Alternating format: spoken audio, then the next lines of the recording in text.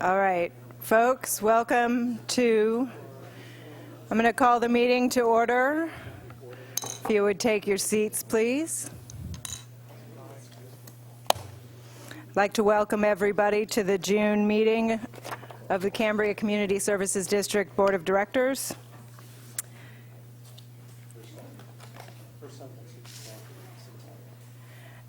Let's all rise and salute the flag, please. I pledge allegiance to the flag of the United States of America and to the republic for which it stands, one nation, under God, indivisible, with liberty and justice for all. Always nice to set the tone. We do have a quorum. All board members are present this evening. Agenda review, which does not include consent, pulling items from consent, but on everything except consent. Is there anything that anybody would like to pull, additions, deletions that we need to? Director Berenger. Yes. Madam President, I have kind of a question, too. I want to pull item 6H. That's the authorizing the manager to work with the fire department for further deliberation. I have a comment on item 6D, but I know that my vote is going to be whatever the majority vote will be, so I would just, after the movement and second, I would like to be able to have some discussion on item 6D. And I also have kind of a question. At this moment, the members of the public, if they were to comment on item 6, would they be able to comment on each individual item? And what's the protocol there? Or do they have to? Well, I believe it's at the president's discretion, and I think that for the folks that are here for the LHMP, I think that's one that I intend to pull so that we make sure that folks that have comments can make them. Okay, but otherwise, if we didn't pull it, would they be able to comment? Yes, they could comment at the beginning of the item 6, okay. And they should fill out their form saying item 6. Okay, so I'm hoping to pull nothing but item 6H. Are there any other changes or things on the consent that you would like to pull?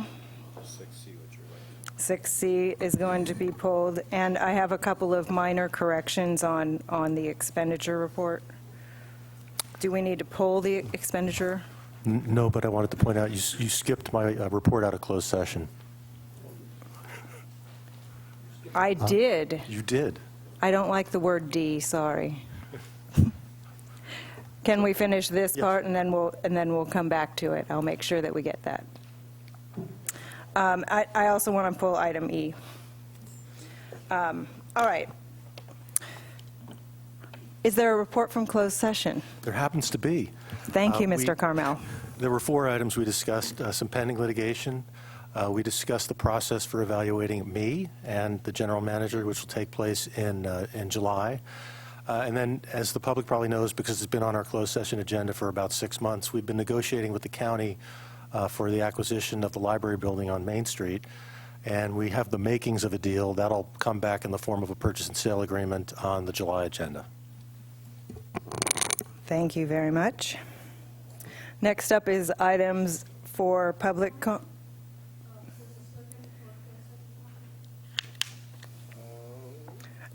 you can make it at the public comment.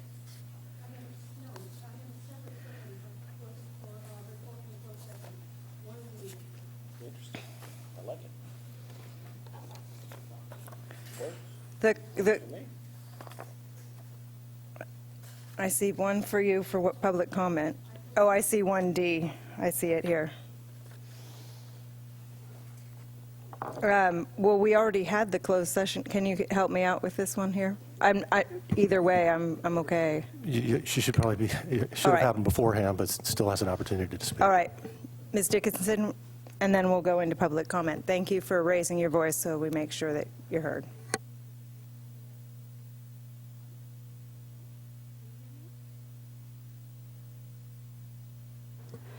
Can you hear me now? Thank you. On the report from closed session regarding the negotiations that have been taking place for the purchase of the county library, I am really quite disturbed by the fact that all of this has gone on behind the public's back in closed session for, as council said, 6 months. $405,000 for the building is what I think I read, and close to $400,000 for remodeling, renovation. As I recall from using that library for the years that I was here using it before we got the new library, there are very few parking places there. I find that spending almost $1 million right now for a building that's going to have to take, it's going to be a lot of money to spend on it to be remodeled. You have plenty of parking space where you are now. You're out of the way. This is right in Main Street, right where we have the busiest traffic, some of the busiest traffic at that three-way stop sign practically.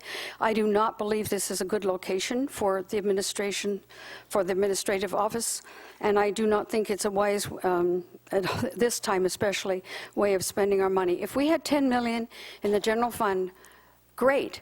But even that location is a problem, and I think the building is very, very small for a growing number of staff. But the parking, what are you going to do? 5 or 6 spots to park? That doesn't even begin to deal with staff parking. So I have an issue with that, and I have an issue with the fact the community has not been involved at all. It's just been behind closed doors, more of the same, and it gets frustrating. So those are my comments. Thank you. Thank you, Ms. Dickinson.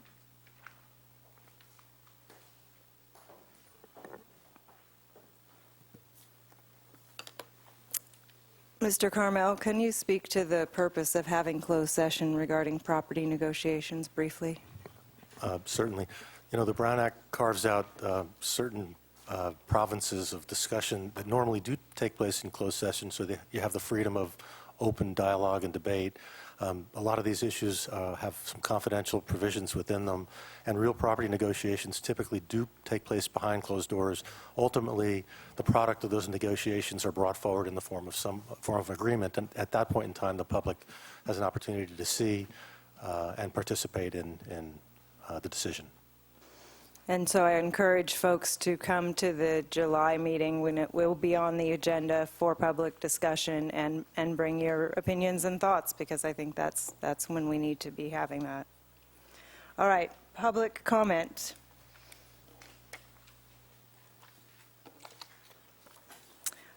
Ms. Dickinson, followed by Mike Lyons. Tina Dickinson.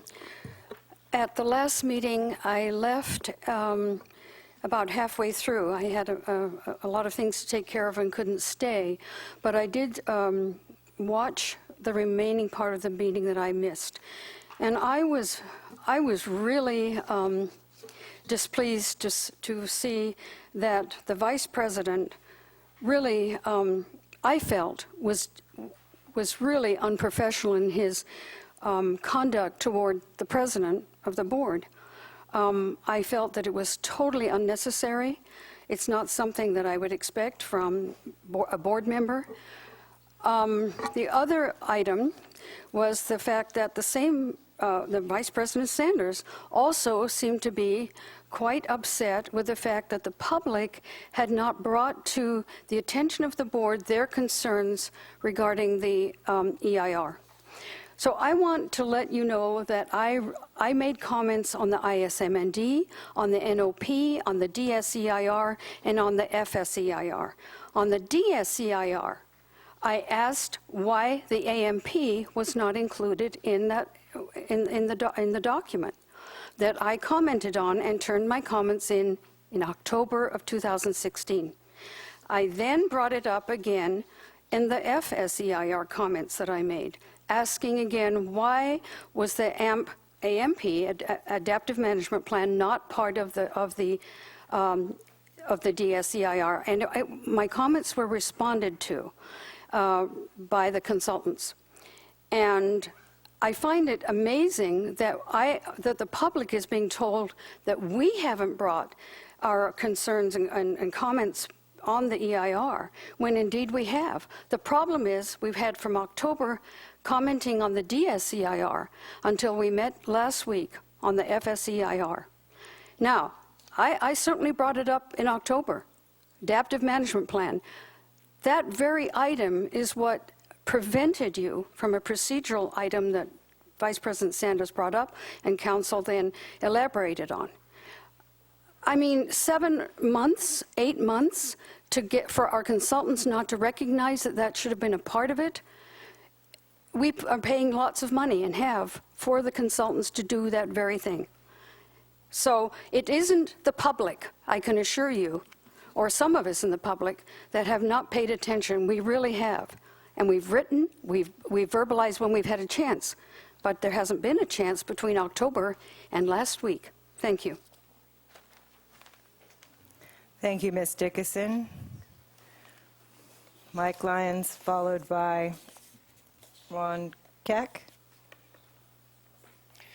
Yes, Mike Lyons. I'm not sure I'm speaking at the right time in the agenda. I wanted to talk about item 6H, the co-location idea. We're going to have that in just a little bit, so I'll hang on to your slip. Okay. Thank you.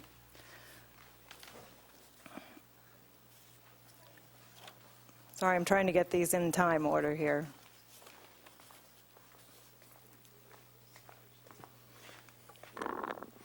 Hello, Board. My name's Ron Keck. We've had a home in Cambria since 2004, and I just wanted to thank you guys for all the work you've done on the water plant and hope you do certify the EIR.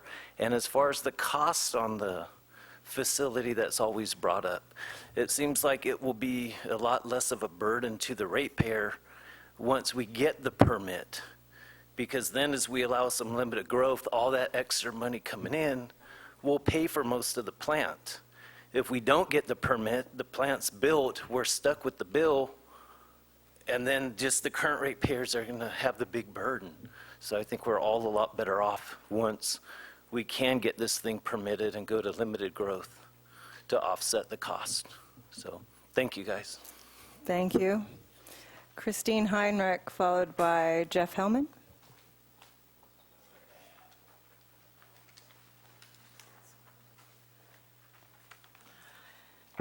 Good evening. In the event of a midterm vacancy on the board has in the past filled a vacancy by appointment. That method has been to open the seat to applicants, interview them, and then choose a crony whose appointment was, to all appearances, predetermined. The directors with a voting majority select a compatible colleague and vote that person in. When Merle Clift resigned, the obvious choice to replace him was Valerie Bance, who was supported by nearly as many voters as Jim Behringer in the previous election. Nevertheless, the board decided to appoint a team player instead. While that worked well for the board majority, it didn't work out so well for Cambria. The board majority has saddled Cambria with millions of dollars of debt for a water plant that is currently under a cease and desist order. The district is still working out many violations of regulations, with the water board having paid over $50,000 in penalties. Voters need to be heard between elections as well as at the voting booth. Despite the convenience to the board majority of not having to listen to differing opinions, the result of discussion is better than unquestioning agreement. The election of Harry Farmer attests to Cambrians' support for more open discussion and consideration of a different direction by the board.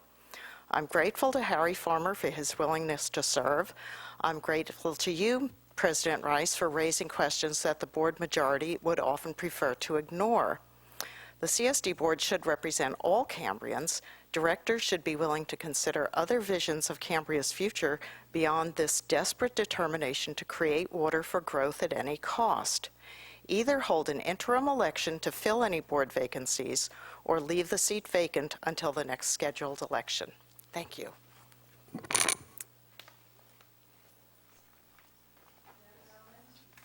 Jeff Hellman, followed by Samuel Shalhoub. Last meeting we had, Director Sanders, you thought I was disparaging the Baker Company. I wasn't trying, or I don't think I really disparaged the Baker Company. I was talking about the disconnect between what the Coastal Commission wanted and that letter from Lester and their report not having any of that information in it. So that wasn't disparaging them, it was just this disconnect. And you also, you were quoted as saying that it was disingenuous, for people to come forward and all of a sudden have these issues with the board on certain issues. I want to say that what you're not taking into account, perhaps, is that the lay public, except for a few people that really dig in, like Elizabeth Bettenhausen, Tina Dickinson, Mary Webb, they dig in. They're very technical. They understand this. But the average person in the community doesn't have the tools or the wherewithal to understand all of the technical issues. I'm an electronic technician. Perhaps if I got into all technical stuff, and you wouldn't understand what I was saying. I rely on people like the people from the Coastal Commission to tell me what the issues are, issues that I wouldn't recognize on my own as a layperson. And they only came forth with it late in the game, and then it comes to our attention, and then they come up here and say, well, why didn't they address this? Why didn't they address that? But the thing is that the board made, I think, almost a concerted effort, of course, except for Harry Farmer, to not have these things come forth. The board didn't even talk to the Coastal Commission. They didn't talk to all the other agencies. Agencies that, if they would have been involved, could have put it in language that the public would have understood and understood the issues, and then could have come forth to say something about the thing. So I just think that having brought in the state agencies ahead of time to get their input and feedback, maybe they would have told you that the evaporation pond and these evaporation blowers were a bad idea. Meanwhile, we're pocketing the difference. So I just, in a rush to get this plant done, I think there was a lot of missteps, and I think you should have taken your time and worked cooperative with, not adversarial to, these state agencies that you have to have license you. You can't override the state agencies, but they can override you. Leaving them out of the equation, I think, was a big mistake. Thank you, Mr. Hellman. May I respond? Briefly, please. First of all, for the record, I did not say that the public was disingenuous, not disingenuous. Secondly, the reason for the disconnect between Michael Baker International and the letter from the Coastal Commission is because the letter from the Coastal Commission came in shortly before the meeting that we had at which the SEIR, the final EIR, was discussed. So Michael Baker International had no time to respond to the letter and be ready with its response by meeting time. Thirdly, we have been in contact with the Coastal Commission. That's why we got the Coastal Commission's letter, because we sent them the information and they responded to the information. So to say that we've had no communication with the Coastal Commission is just completely wrong. Thank you. And it does speak to that in the EIR that we had meetings as early as 2014. Samuel Shalhoub, thank you for your patience. Followed by Leslie Richards. Hello, esteemed board and public. My name is Samuel Shalhoub. For full disclosure, I am a member of the school board, but I am here on behalf of myself only as a community member of 23 years in this beautiful town.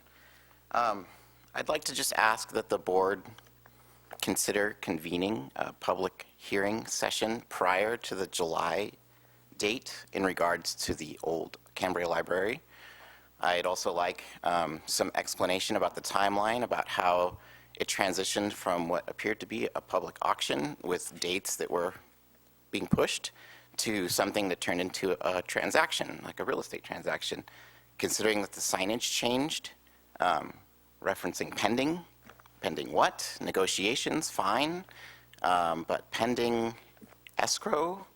I'd just like to have a earlier meeting so that the public can get involved and understand the decisions that went into play here, kind of understand the direction of the board as to why this is happening, and also allowing the public to have time to digest the information so that they can come even better prepared to that July meeting to help kind of facilitate discussion.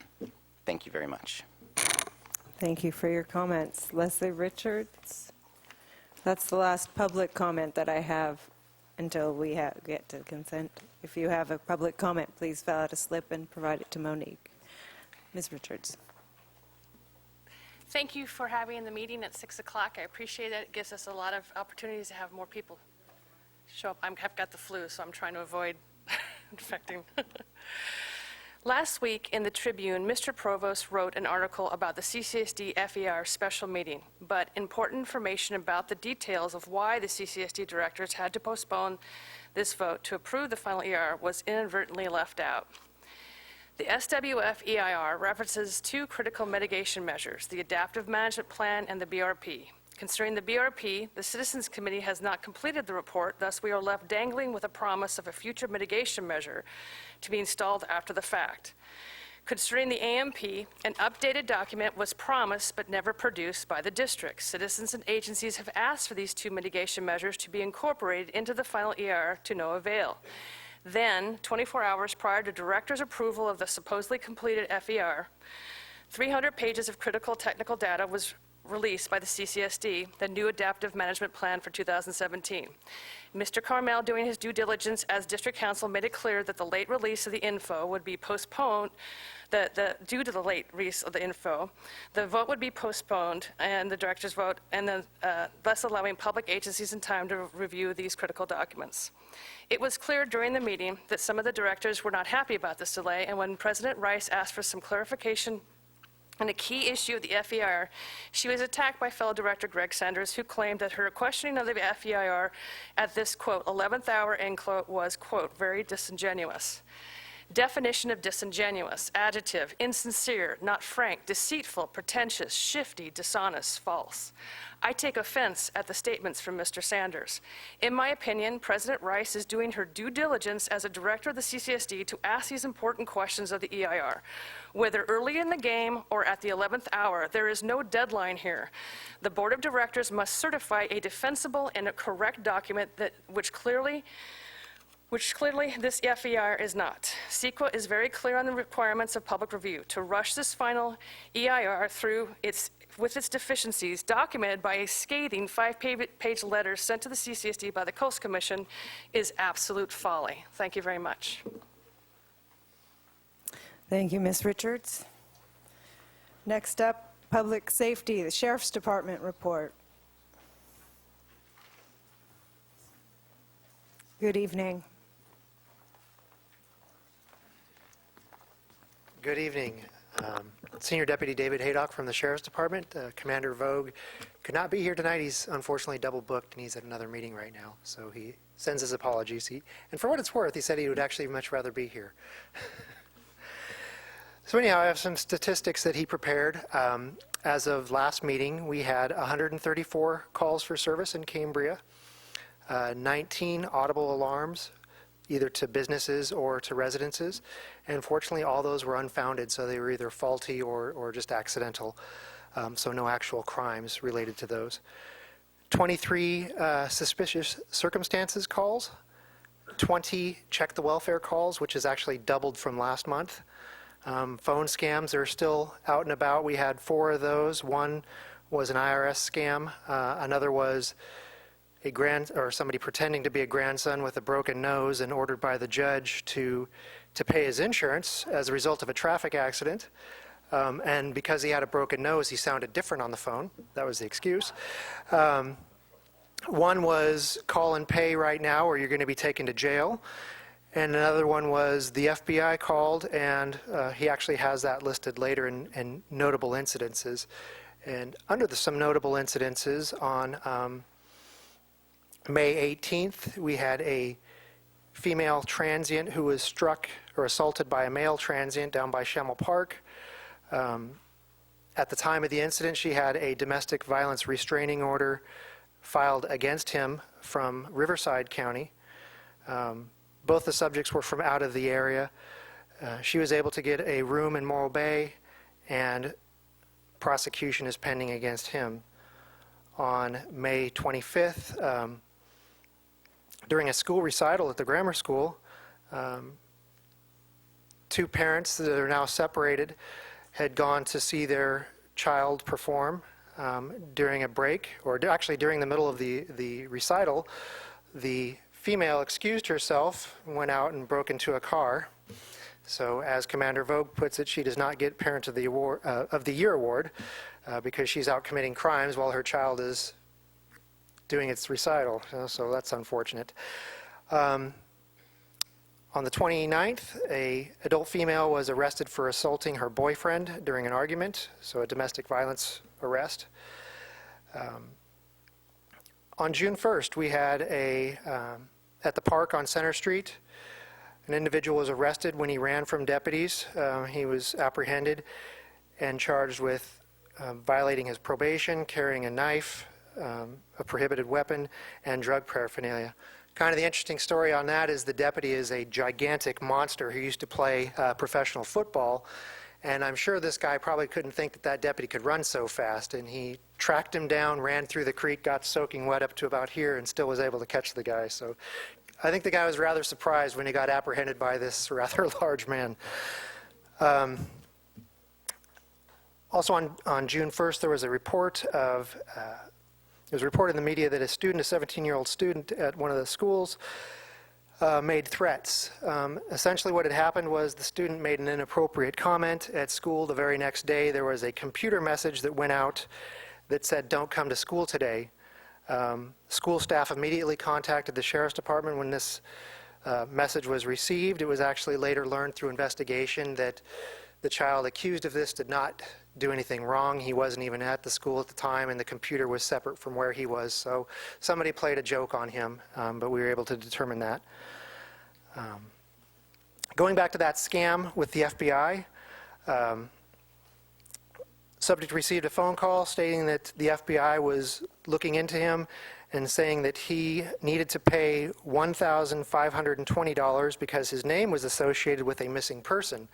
And in order to prevent essentially a fee for tracking him down and sending the crew out after him, he needed to pay that money immediately. The subject complied and paid, and the very next day he received another phone call saying that now he owed $1,440, or the Immigration Customs Enforcement, or ICE, was going to go come to his residence and take him away. So he was out a total loss of $2,960, and that case is still being investigated. June 2nd, on the 2200 block of Main Street, a subject was arrested for stealing a car. The subject was previously been living with the owner of the car. The owner passed away. The subject was then squatting in the residence and was evicted, and then he took possession of the car illegally. And that case is also pending prosecution. On the 8th, a caregiver became a victim of sexual battery. The suspect was in his 90s, and at that point it's difficult to determine what his mental state or cognitive abilities are. But Commander Vogue wants to remind us that those things occasionally do happen, and it might not be malicious in nature. It's just somebody's mental state is not quite there, especially at that advanced age. On the 10th, some auto parts were stolen from a local storage facility on Village Lane, and it's a good reminder that cameras and locked gates and motion lights and things like that should be put in play, because this one had zero security. On the 12th, arrest was made for subject was arrested for burglary, domestic violence, and violating an emergency protective order on Lodge Hill. And I'll kind of end it off on a success note. On the 20th, on Moonstone Beach at one of the hotels, a subject was reported to be suicidal and armed with a knife. Deputies were able to respond, talk to him, retrieve the knife, and actually get him to ultimately surrender peacefully, and he was turned over to mental health. And a final reminder, the 4th of July is coming up, so we are going to be full-staffed in Cambria and Cayucas. Commander Vogue will actually be at Shamel Park during the daytime, and he wants me to tell you that he will not be in the pie eating contest this year as he normally is because he has other duties this year. Thank you. Thank you for your report. Are there any questions? Thank you very much for Thank you. coming. All right. Chief Hollingsworth is not going to be with us today, so we will have to wait for next month for the report. So let's move on to the board managers and board reports, beginning with the manager. Thank you, Madam President. Since there's a lot of folks here waiting for some other agenda items, I'm not going to do my PowerPoint presentation that I usually do, and I'll just keep my report brief. There's two things that I do want to focus on that I did mention in my general manager's report, and if there's anything else that the board would like me to answer included in here, I'll be more than happy to.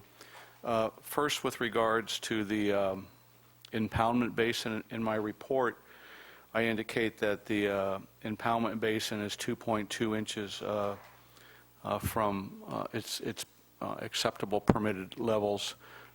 As of today, it's 0.5 inches. So we anticipate by the end of the weekend, with the evaporation, that the pond will be within or back to the permitted level. So we're happy to report that. On the second page of the general manager's report, near the end, it says update on leak repairs within the water distribution system and unaccounted for loss of waters for the month of May. I meant to put April and May in there. So District Engineer Bob Greshams will be providing a brief presentation. Bob's not here. Bob is working on some other related matters. So I thought that I would just give an update on where we are in this process. Going back in history a little bit, our 2016 water audit resulted in 13.2% of unaccounted for water. So last year we were doing really well.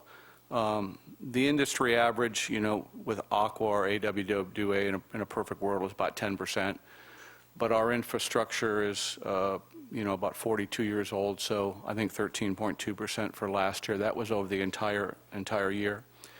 But we did notice a spike in the March, April timeframe. That's when we started noticing a larger gap in the unaccounted for water.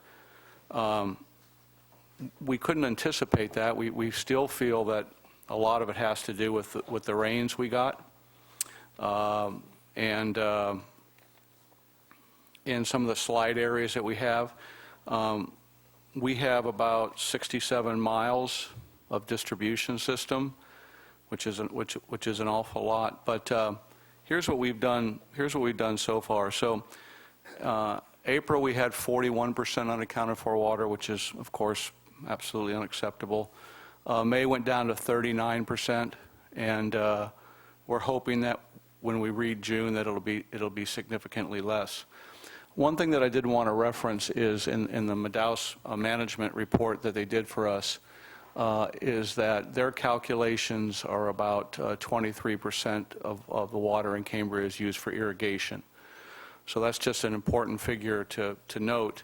I have been sending almost daily to the board, or at least the president and vice president, calculations based on production versus flow to the plant. And I'm doing those just to kind of give us a general idea of the difference between the two. That is not the methodology that should be used for unaccounted for water. By definition, unaccounted for water is water produced or water pumped versus water paid for or water gone through meters, minus our internal meters. So I'm doing that as a tool to help us understand the situation. So since May 1st, we've repaired 14, I say we, I wasn't out there, the water department and Jason's crew repaired 14 leaks. Some of those leaks were substantial, and I'm hoping that those leaks will will show when we do the June readings, and we'll bring those figures down. Some of them were 1-inch leaks, some of them were service lines, some of them had probably been going for a while. We appreciate the community's help in this, and so again, when you have a really wet season like we do, and you have the topography and you have the terrain that we do, and you have settling and drying, and it's sparked 14 pretty good sized leaks. So we've repaired those. As I indicated, unaccounted for water in April was 41%, and May was 39%. We've walked the creeks because we wanted to make sure that there wasn't anything unusual, and the walking of those creeks, we didn't find anything. If you recall, originally we thought that we had a possible leak from the San Simeon well field to Highway 1. That pipeline is a 14-inch pipe. It's comprised of ductile iron and another material, and it runs right through the state park's wetlands area. If we had to do that over, we would run it along the highway. I don't really like a main distribution line running through a sensitive area like that. But we walked it 3 times since the beginning of the April when we thought we had a problem out there. And each time we've contacted state parks, and I've been in contact with Dan Fallett and let him know what we've discovered. Well, the first time we walked out there, the ground was very saturated. So that was one of the reasons we thought we had a leak out there. The second time we walked it, we noticed that it had substantially dried up. And then we walked it again on 6/21/17, and it was completely dry out there. So we've eliminated that. We've also checked under the bridges. We have pipes that run under bridges, potable water pipes. 2 in particular is the Windsor Bridge, and the other one is the pedestrian bridge that leads out to the East Ranch. We physically observed the pipes under there, and we didn't find anything out of the ordinary.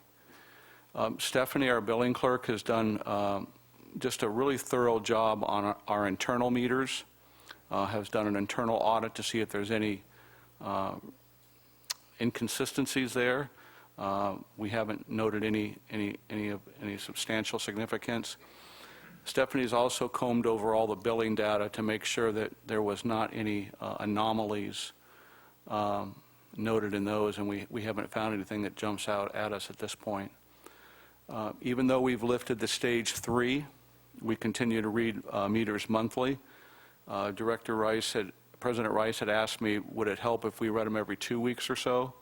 And haven't had a chance to talk that over with staff, but at this point in time, I think that that's probably a good idea. So if that's doable, I'll get together with staff and see if we can come up with a plan to do that. It takes about 2 days to read the town, then it takes about 2 days to take that, what they call a read disk, load it, download it, and then compile it into information that can be used into the different billing categories within the district. We calibrated the flow meters out at the San Simeon well. One of the things that I wanted to make sure is that those meters were properly calibrated. And the results for the San Simeon 1, 2, and 3 is that they're all within acceptable limits. So those aren't out of the ordinary. District Engineer Bob Greshams came up with a map that identified 37 culverts and areas where slides have occurred, and we got together with the fire chief, and we've solicited the reservists, the firefighters who, are used to getting into brush and doing these kinds of things, and they're in the process of physically checking those hard to get at areas that leaks may be occurring. Again, I had mentioned we compare daily production to influent flows. There's variations there. Some days it's down as low as 18%. Some days it's significantly higher. Staff's working very closely together on this. I think if there's if there's a silver lining to any of this, it's definitely improved communications between operations, administration, engineering, and the billing people. So we're all working very closely together. And then we've contacted Badger Meter and kind of picked their brain a little bit about their thoughts for our meters. Just wanted to let the board know that the meters were replaced, all the meters in town were replaced about 12 years ago. The funding from that was derived from the Shell settlement. And so as these meters get older, they will become less accurate. And so as part of our working with the Infrastructure Ad Hoc Committee on our CIP list, we're eventually going to need to address that. I would recommend, a phased approach, something that's affordable and something we could do maybe possibly on a percentage basis. But all the meters would not go bad at once. We have, that is not where the unaccounted for water is coming from. So we're hoping with everything that we've done that we'll start getting, that we're getting a handle on this. And you know as well as I do that this is something that's very important to me. We're all over it every day. The production, on the production side, we're similar to the pre-drought time as far as what we're producing. The disconnect is between the billing and what we're producing. So if you look at our production, it's not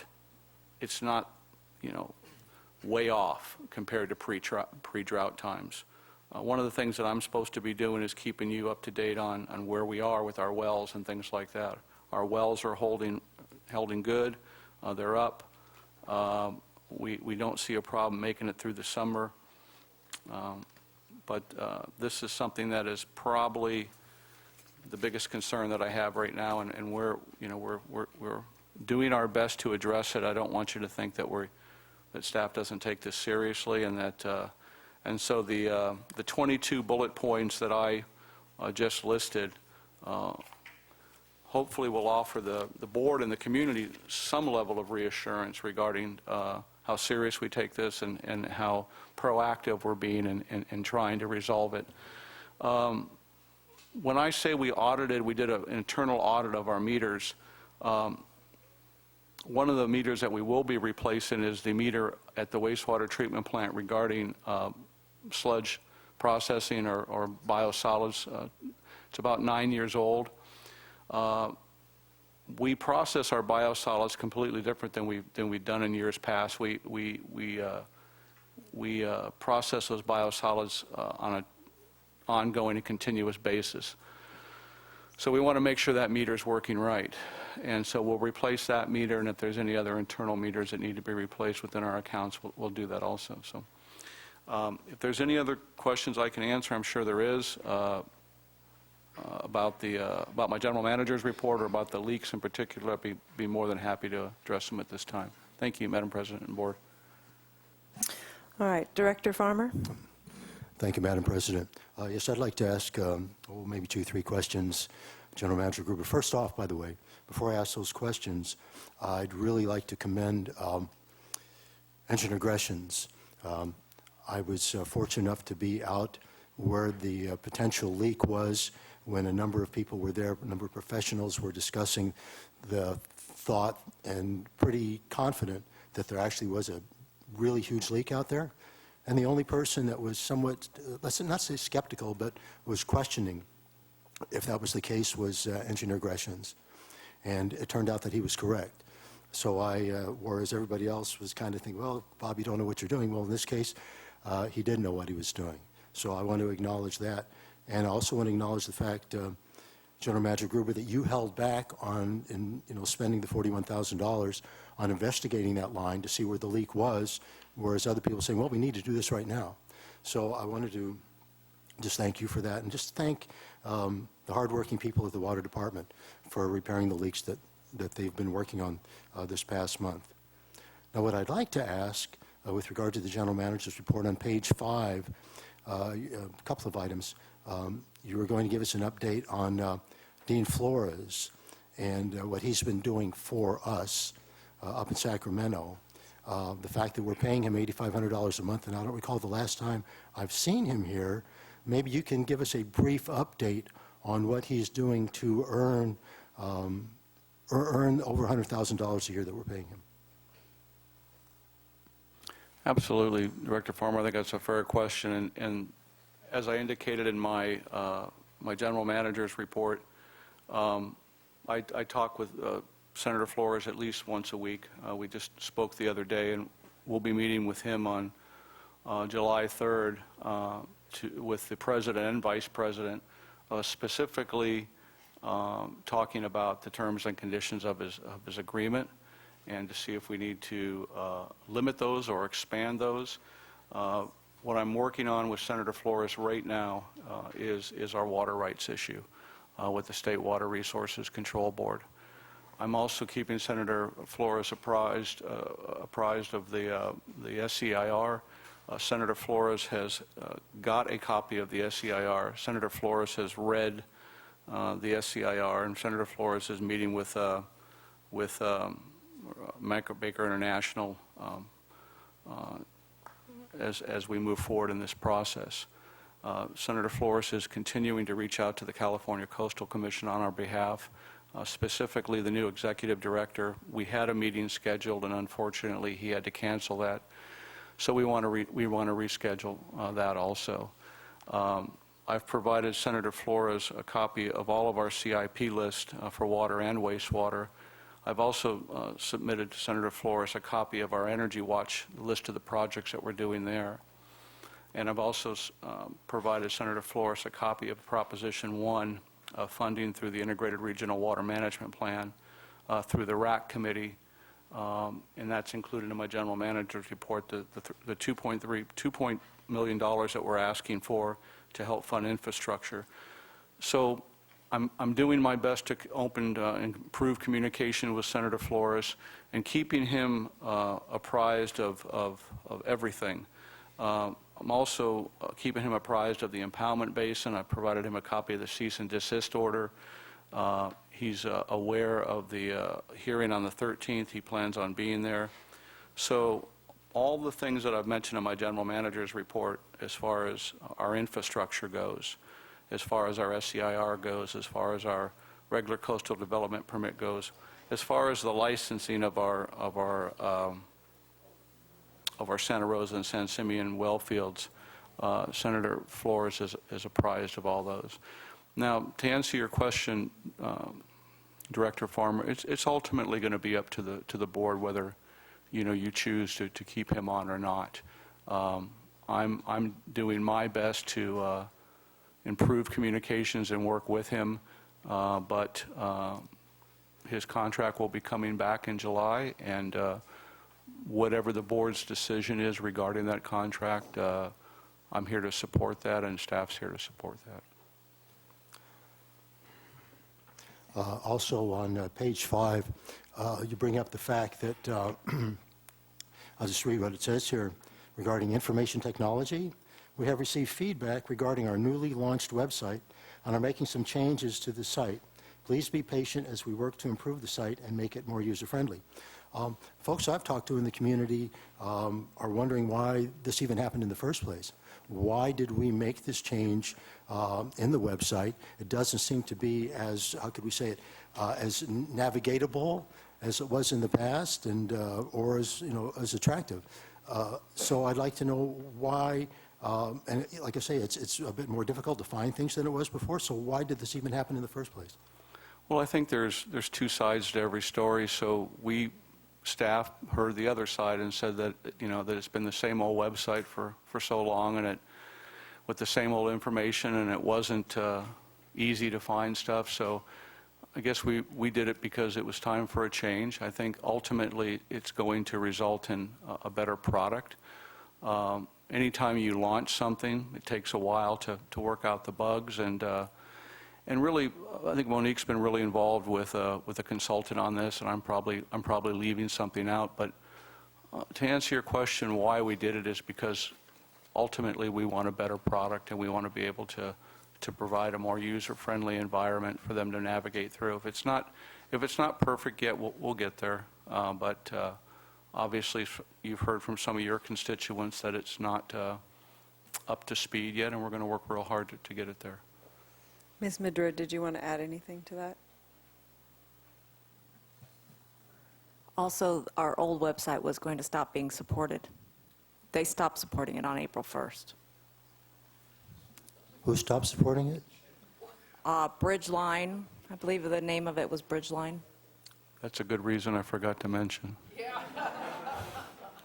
But we also had the opportunity to go with a local person to create the website, and it's about half the price. Right.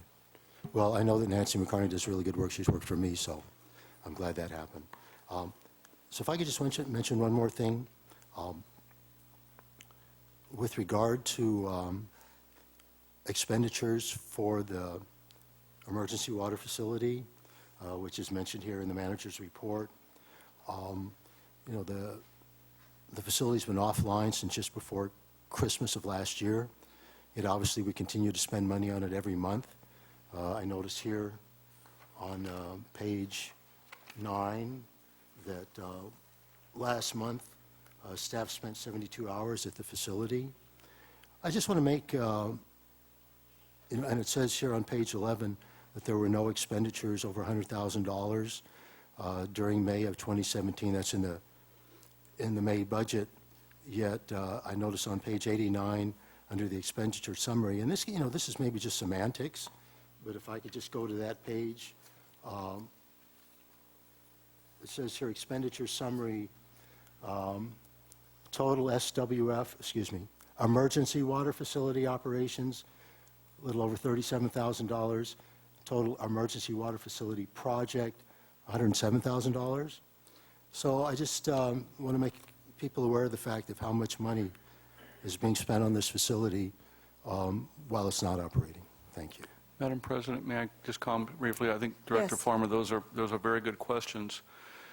It wasn't necessarily a question. I guess it was more of a comment, but it was probably a combination of the two. Excuse me. Okay, may I just? Please. A lot of the costs associated with it are a direct result of the existing permits that we have in place. We have 2 permits in place, the Title 22 and Title 27. When that facility is not being operated, there's still the overwhelming majority of that cost is associated with sampling that's required by the Regional Water Quality Control Board. When the brine pond is decommissioned, and hopefully we can sit down with them and discuss the feasibility of reducing some of those monitoring requirements. Again, the same with the sustainable water facility when it's not operating. The permits were drafted or crafted or drafted in a manner that really identified it being an indirect reuse project and the unknowns associated with that. But now that we've generated a substantial amount of data, I think that moving forward, hopefully the board staff will be receptive to us sitting down with them. In Jason's report that you're referencing, he puts that in there because he just wants the meeting and the board to know how much time it costs to spent by his staff. And really one of the things we learned when we got our NOVs is that that facility is just not a one-man operation. It's a team effort. It's water, wastewater, it's admin, it's engineering. We all have a role in this. And Jason's staff time is related to the sampling of the specific electric conductivity, pH, and temperature for the monitoring wells, and then also the impoundment basin levels. So that takes staff time. But there is a cost associated with running that facility when it's not operational, and hopefully in the future we can respectfully request that those sampling and those monitoring parameters hopefully can be reduced, thus reducing the cost of the overall operation for the facility. I just want to comment the fact that it's most likely this facility won't be operating at all in 2017. Thank you. Thank you, Director Farmer. Just going back to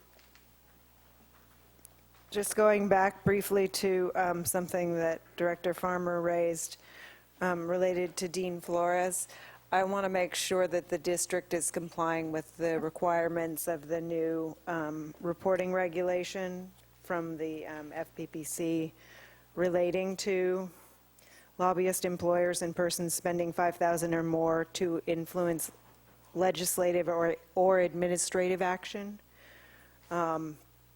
They're required to provide more detailed disclosure of, quote, other payments to influence legislative or administrative action in their quarterly lobbying reports.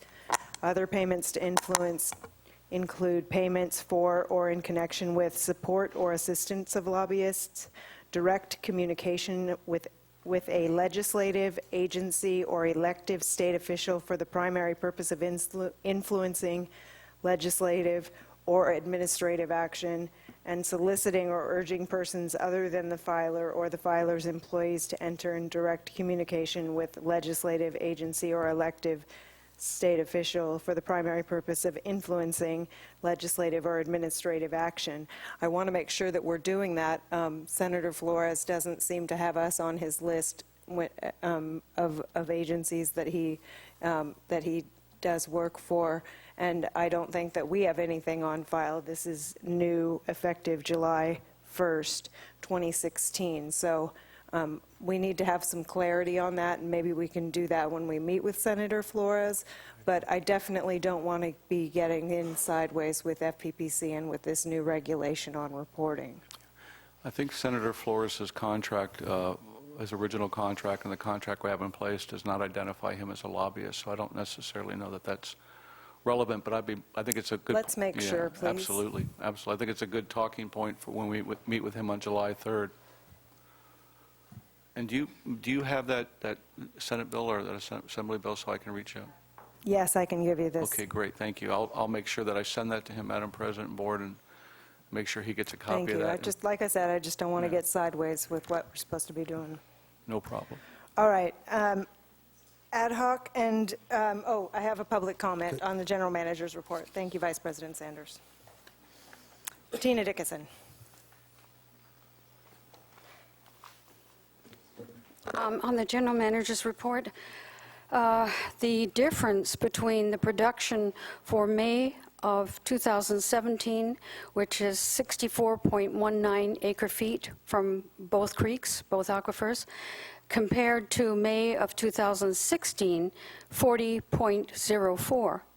That's over 24 acre-feet difference, so I would hardly call that hardly any difference. That's a huge amount of difference. The other thing is on the irrigation. When I water my yard, I'm using a hose, and it's going through the meter. So how is it possible that that 23% you were referring to from the Medeiros report is different than what is going through our meters as we are watering, whether it's taking a shower or kitchen sink or the hose in the garden? It is going through the meter. So that is metered water.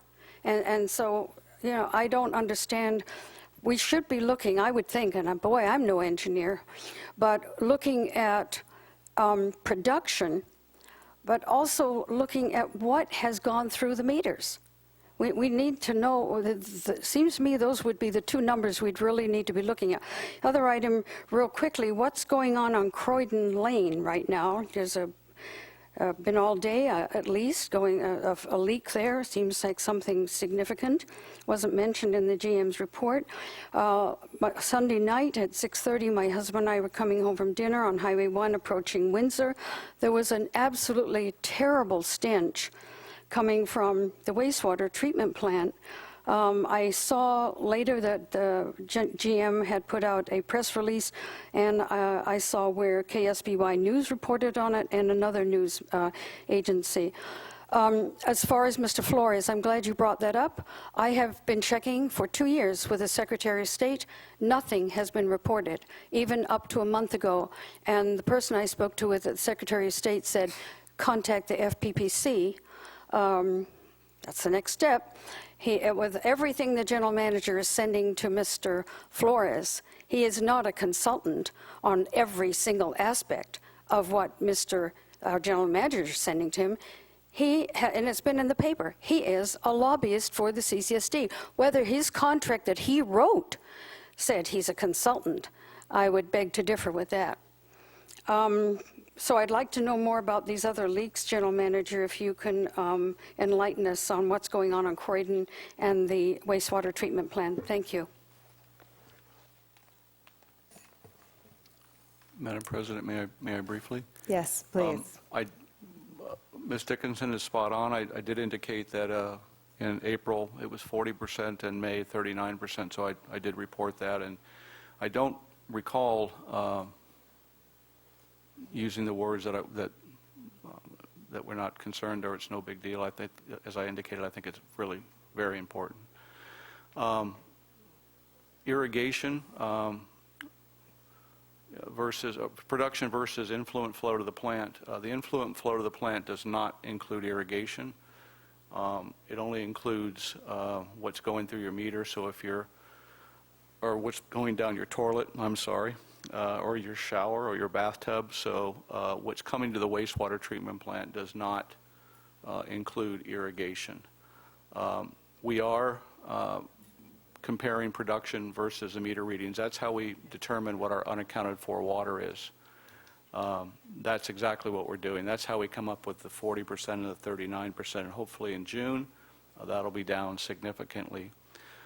With regards to the question she had, they are doing exactly what they need to be doing, and maybe we should have done a better job in door hangers, and I'm making myself a note. Jason and his crew is replacing a length of water line that was leaking. He decided not to just repair it where it was leaking. It was an old line, so he's replacing a significant length of it, matter of fact, to eliminate any future leaks. So I think we can do a much better job in letting at least the residents know, and hopefully we did that. So I'll talk with Jason about that. Odor at the plant, I did send an email out what the cause of that was. We had a clarifier go down. We had to take a majority of the solids from the aeration basin and put it into those concrete holding tanks, and for about a 24-hour period. I'm really thankful that within a 24-hour period we were able to take those solids and put them back into the plant, thus eliminating the odor within a 24-hour period. I did do a press release, and we did put it on our website. I hope everybody was able to see that. And so I think I answered all the questions, Madam President. All right. I have another comment on the general manager's report. Jeff Hellman.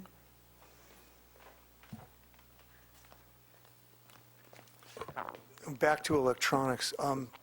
Regarding the meters, and Mr. Gruber, I remember them installing these meters. The electronics were set in a casement with the batteries, and it was like a total ecological nightmare because this whole thing is going to end up in landfill. It's this big honker thing.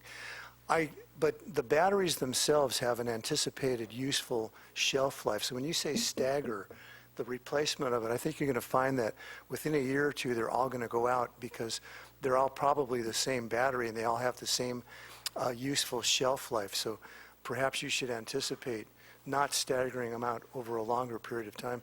I would also suggest that you get some kind of a separate battery from the electronics, because the electronics could last 10, 20 years, even longer, and only the batteries need to be replaced. But what they ended up purchasing was, again, a big block. It's like in a big, plastic resin or something like that. I think that was a very, very bad decision in terms of what you chose to use for reporting your meter readings. Thank you, Mr. Hellman. Madam President, may I briefly? So there's two components of a meter. What Mr. Hellman is referring to is the actual, the sensor itself, and we have the capability to drive through town, and we record that sensor through an electronic device, a laptop computer. We don't actually have to get out and read the meters. We have a fairly aggressive, and I'll come back in July with the numbers. So when you drive by and you get a indication, a ping, if you will, that particular component is not working, we replace it. So we've been pretty aggressive since those 12 years of replacing those. The other component is the meter itself. is where the water flows through, and that's what's the 12-year-old part. And as those things, they're mechanical, they turn, they wear out from friction of water, and the probability of those things recording accurately, the longer they're in place. That's the component I was referring to about the staggering part. But he brings up some very good points, and the batteries we do replace, and we are able to, with the equipment we have, determine when they need to be replaced, and that cost is relatively inexpensive, and so we do that. Thank you, General Manager Gruber. Director Farmer? Oh, pardon me, just one more comment or question. So I'm noticing here on page 37, which I think is still the General Manager's report, and this question and comment should probably be addressed to Engineer Gresham, since his name is on here. But this is with regard to modifying the existing wastewater treatment plant to process nitrate removal. And it says here that the existing wastewater treatment plant was last upgraded in 1991. I thought it was a little later than that, but that's what Bob has written here. And that it wasn't designed to remove nitrates. So it says removing nitrates and improving plant efficiency are needed to support the CCSD's indirect potable reuse project, while also improving groundwater quality at the plant's effluent percolation basins.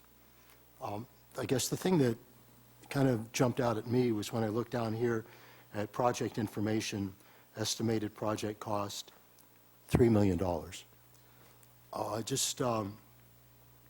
I know this needs to be done. We've got really fine people working at the wastewater plant, including Supervisor John Alchin, but just another alarming financial number here that the community needs to be aware of. Thank you. Thank you, General Manager Gruber. So, Director Farmer, a little trip down memory lane here, if I get my dates right. A brief one, please. So I came on board as the utilities manager in November of 2010, and prior to that, we had we experienced several sanitary sewer overflows, pretty substantial, and so shortly after that, we resolved a lot of those issues. But we entered into an agreement with the Regional Water Quality Control Board relating to the fines associated with those spills. And the original fine was $226,000. The Regional Water Quality Control Board, because of those sanitary sewer overflows, allowed us to take $113,000 of that and use it to do a 10% design for the wastewater treatment plant, specifically relating to nitrate removals, nitrate reductions.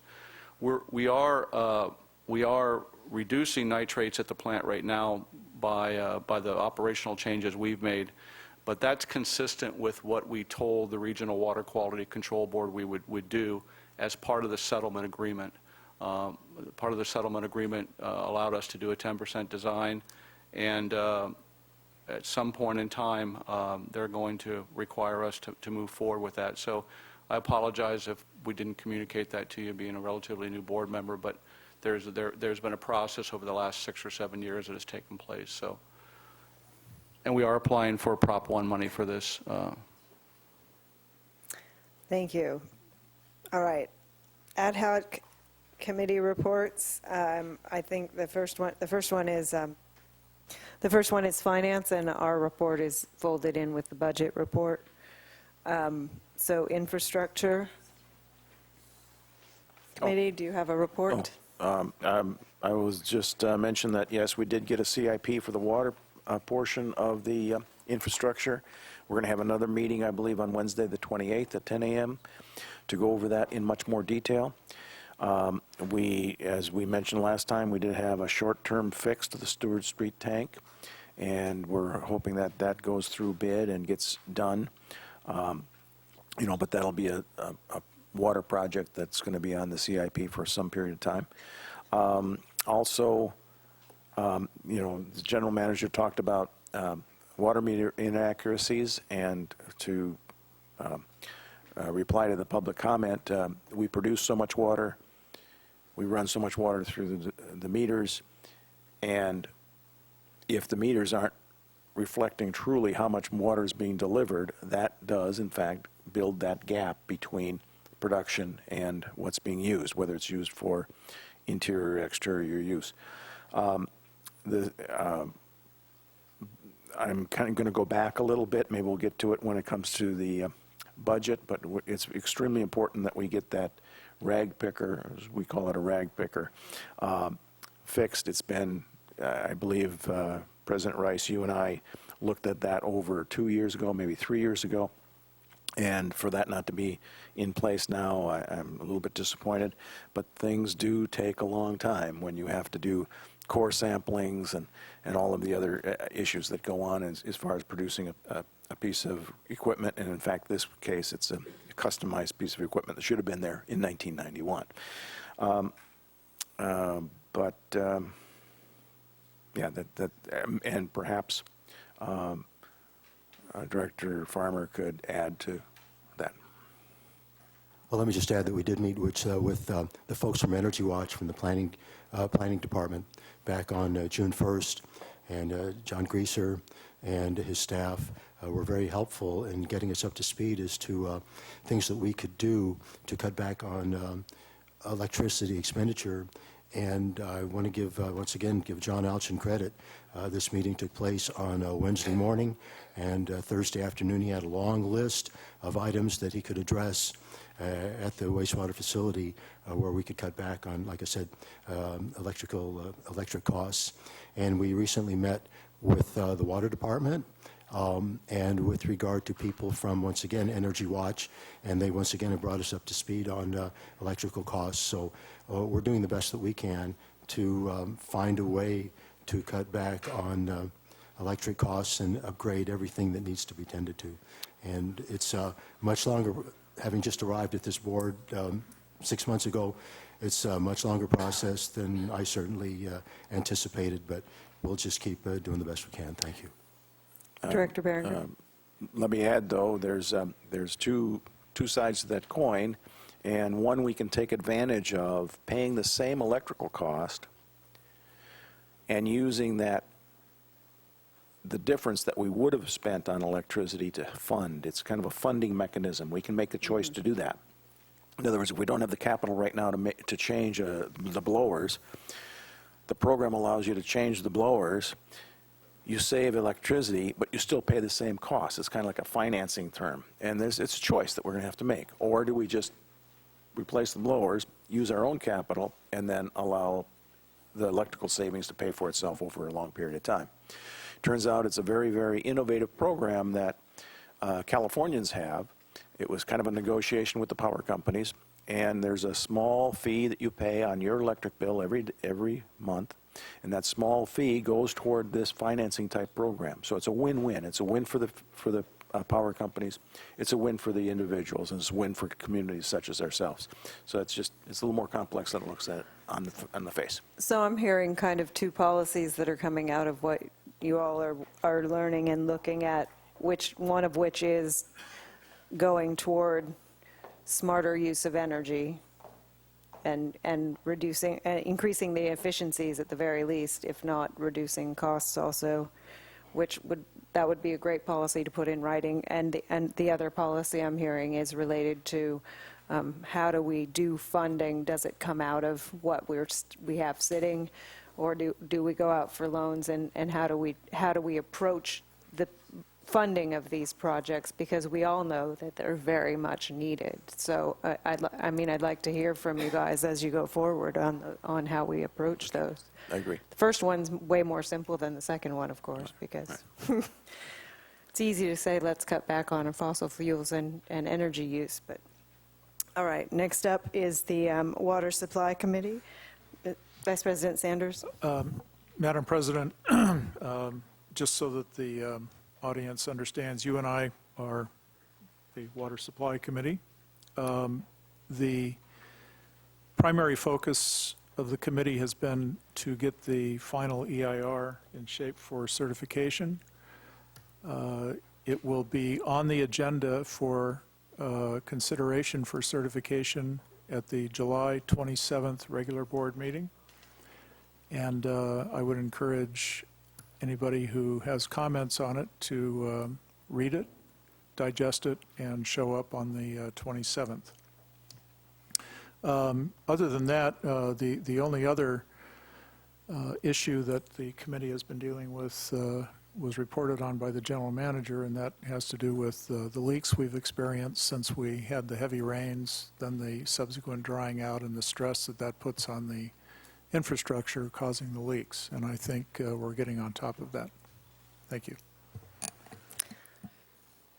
Thank you. Yeah, we are going to hear that on the 27th. I should have announced. If you have comments that you'd like to send ahead, please feel free to email them to the board, board@ccsd.org, because I personally like to have time to think about a comment that comes in more than just at the meeting. So I would encourage that too, at least for myself.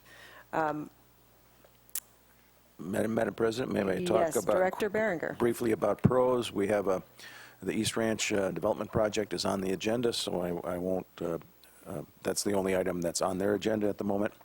There's also the eucalyptus thing, where they did review the eucalyptus application. That's also on our agenda. We might take a broader look at that when it comes. And the NCAC was last night. Nothing specific, except a very, very interesting presentation by Art Trinidad, who's the code enforcement officer. He gave a talk about Airbnb and what the county is doing, trying to help those people that are renting their properties to become in compliance. There's only two areas that really have I think it's Cayucas and Cambria that have a distance restriction. Everybody else is just kind of on their own, but they are gently getting them into compliance, and are going to continue to do so, and mainly to get the TOT tax. So, but that was very interesting, and he took that pitch on the road, and maybe it'll be in the Cambrian or something. We'll get some extra information on that. Do we have any report from, yes, Director Yes, Thompson? thank you, Madam President. As part of my assignment on the Fire Safe Focus Group, I participated in a webinar that was put on by the California Fire Science Consortium. And basically the point of the webinar was to introduce people to the insurance that was available through the USAA. And as Cambria is now designated a fire-wise community, USAA will be making available insurance to folks in town. Disclaimer, I am not an insurer with USAA, and I don't have a financial interest in it. I'm just providing the information for people that might want to look at it. When I first purchased my home here, the insurance company that I was with would not insure in Cambria. And so my mortgage company ended up, I guess it's kind of like an assigned risk if you're, in the auto insurance business. At any rate, just a few items on USAA and why people might want to investigate it as a insurance group. It started as a company to insure military members. They've been around for 95 years. It's member-owned, and they insure some 320,000 homes and 200,000 renters in California. Basically, the reason why I bring this to the floor is that for homes within a fire-wise community, which again, Cambria has been designated, they will provide a discount. Now, I've seen two different possibilities in terms of discount. One, someone indicated that it would be 5% of the total premium cost, and then the other potential discount I saw was 50% off the wildfire premium. So both types of discounts may well be somewhere between $50 and $100. That's kind of what they estimated it would be. So anyone that is interested, there's a fellow by the name of Rob Galbraith who is their representative, and I'll just put out his phone number. It is area code 210-913-5275. And again, if anyone is having difficulty obtaining insurance, either as a homeowner or as a renter, you might want to investigate whether or not that's something that works for you. Thank you very much, Director Thompson. Thank you for attending that webinar and for the information. Director Farmer? Just a couple of hopefully quick summaries of what happened at the Forest Committee meeting and also the Friends of the Fiscalini Ranch. First off, with regard to the Forest Committee meeting, Jim Newman from the Fire Safe Council made a presentation. He talked about the logging that took place up on the Covell Ranch and the attempt to set fires to the French broom that had been piled up there with some success and maybe not such great success. The main effort up there is to create a fire break. He also mentioned that dead trees, as much as they can, will be removed from the Covell Ranch. However, very little of it is usable lumber, but it's available for chipping. And he said there might not be enough fuel on the 200-acre Covell Ranch to be used for the biomass generator. With regard to the invasive weed guide that has been designed by our local citizen Christine Heinrich, the graphic designer is about 50% finished with regard to that.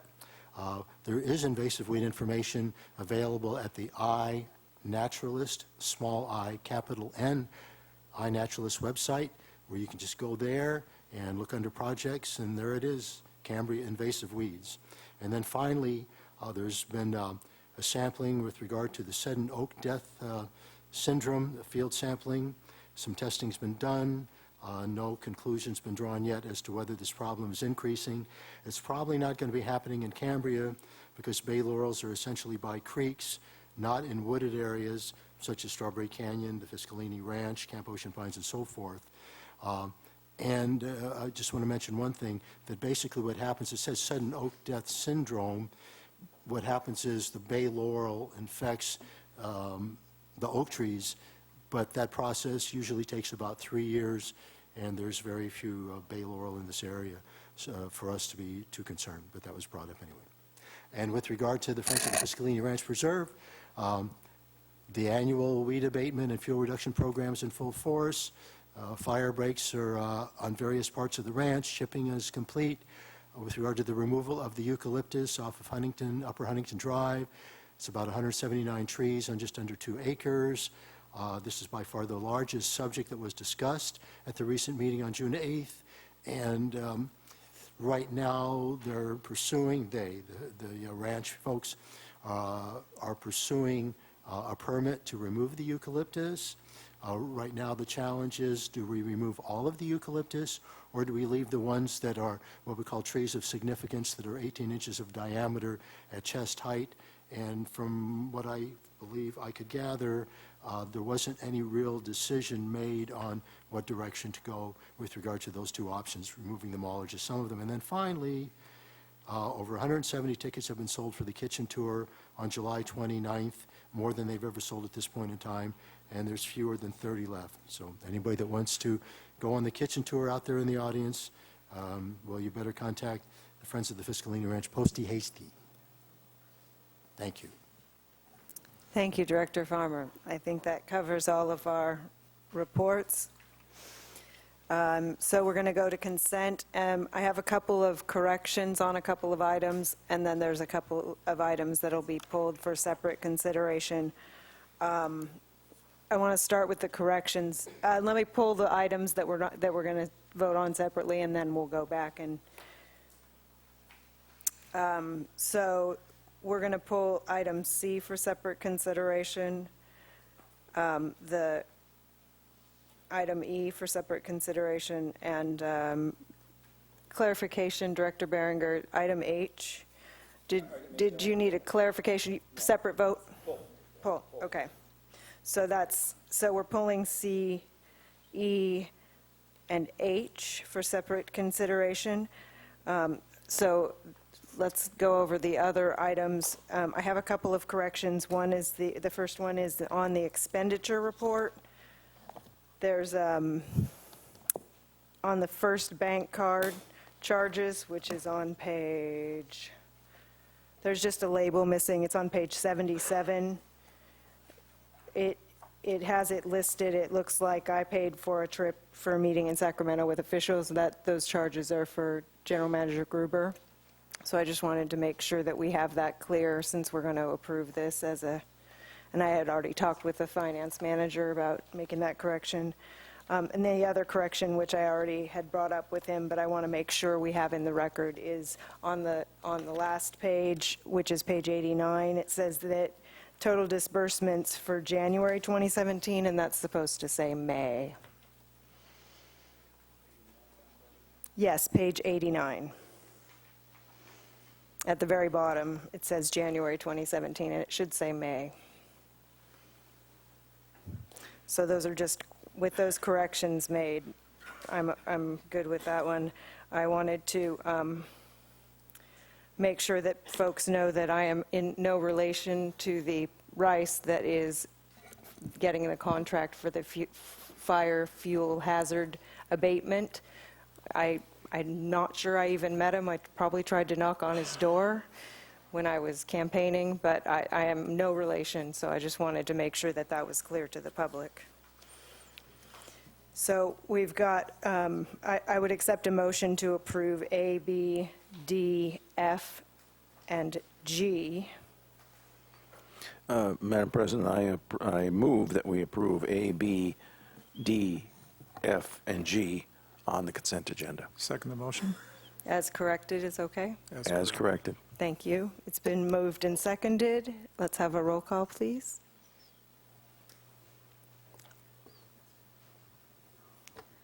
Director Berenger? Aye. Vice President Sanders? Yes. Director Farmer?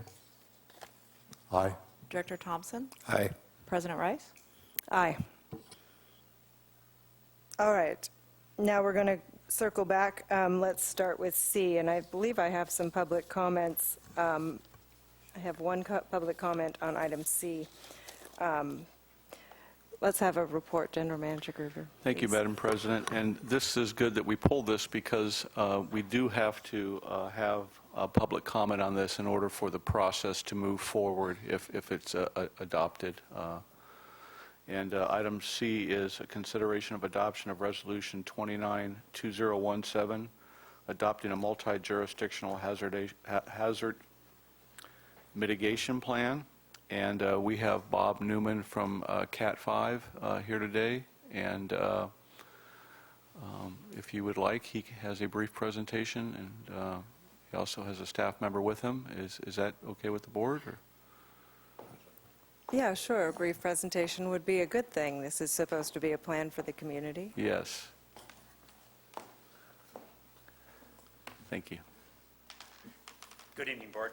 Bob Newman and Sherry Ibschutz, your principal consultants from Category 5. Sherry?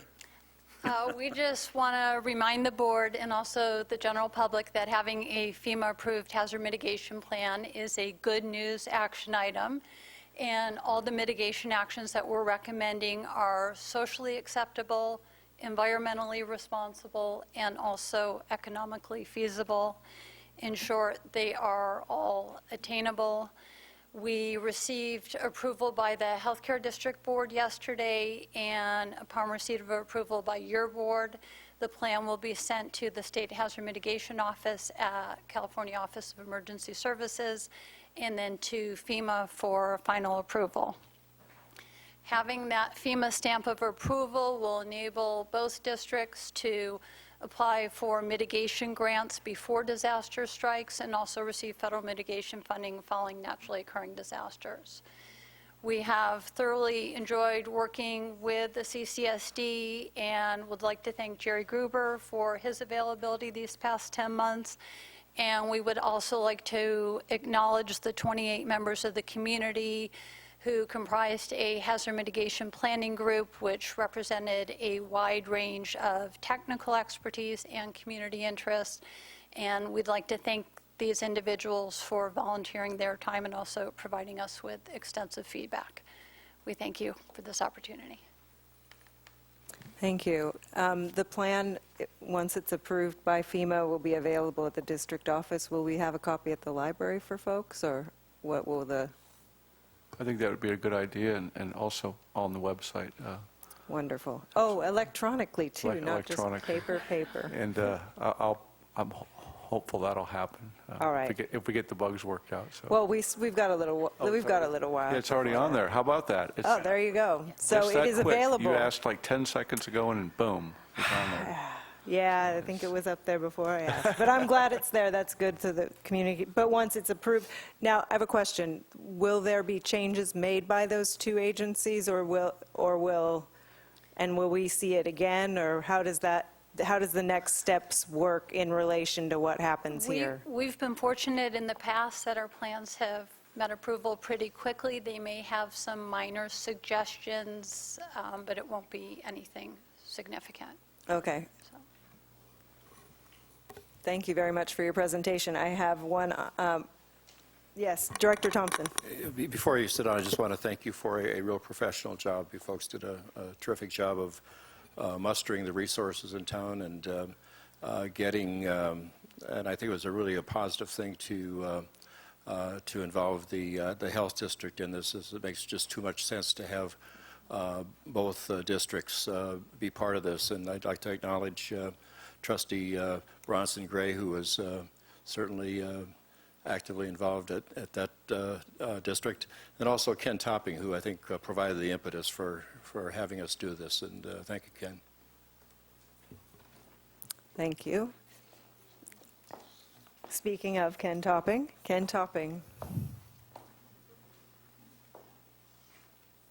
Welcome, sir. Welcome back.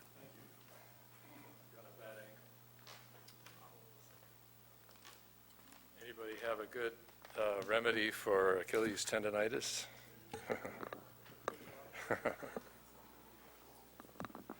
I didn't plan to say anything, but I think it's important to say things that need saying, and at this time, I think what needs to be said is that the community has actually come a very long way with the issue of public safety. What with the grand jury report response, the Firewise community, which puts us on the national map,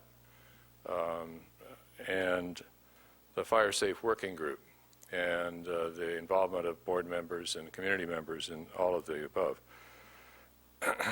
So now this is the opportunity to expand the progress to additional hazards that threaten our well-being, such as earthquakes, floods, landslides, and tsunamis, and a variety of other hazards.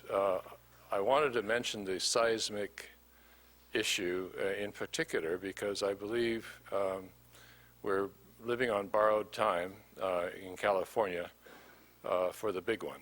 And one of the high priority action plans in your plan you're going to adopt, and that the healthcare district has already adopted, is a seismic safety evaluation of your critical infrastructure.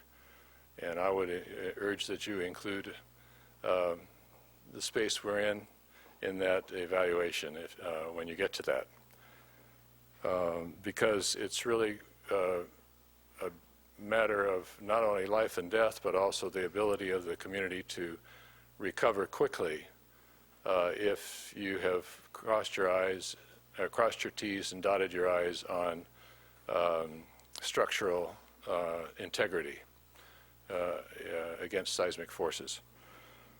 The one other thing I wanted to mention was that you do have an annual review that was put in as part of this document, so that with the help of your hazard mitigation planning group, you will have a chance to monitor the progress of this range of activities. It's practically everything but the kitchen sink. If you read the action plan, it's a lot of detail. And keeping up with the more important of those is going to be the ones that not only require the community but also the board, specifically those which have high cost capital project requirements in order to make a difference in safety and to mitigate the hazards. I urge your adoption of the plan, needless to say. Thank you very much. I appreciate the wisdom that has been shown by the board to this point. Thank you, Mr. Topping. Director Madam Berenger? President, I move that we adopt the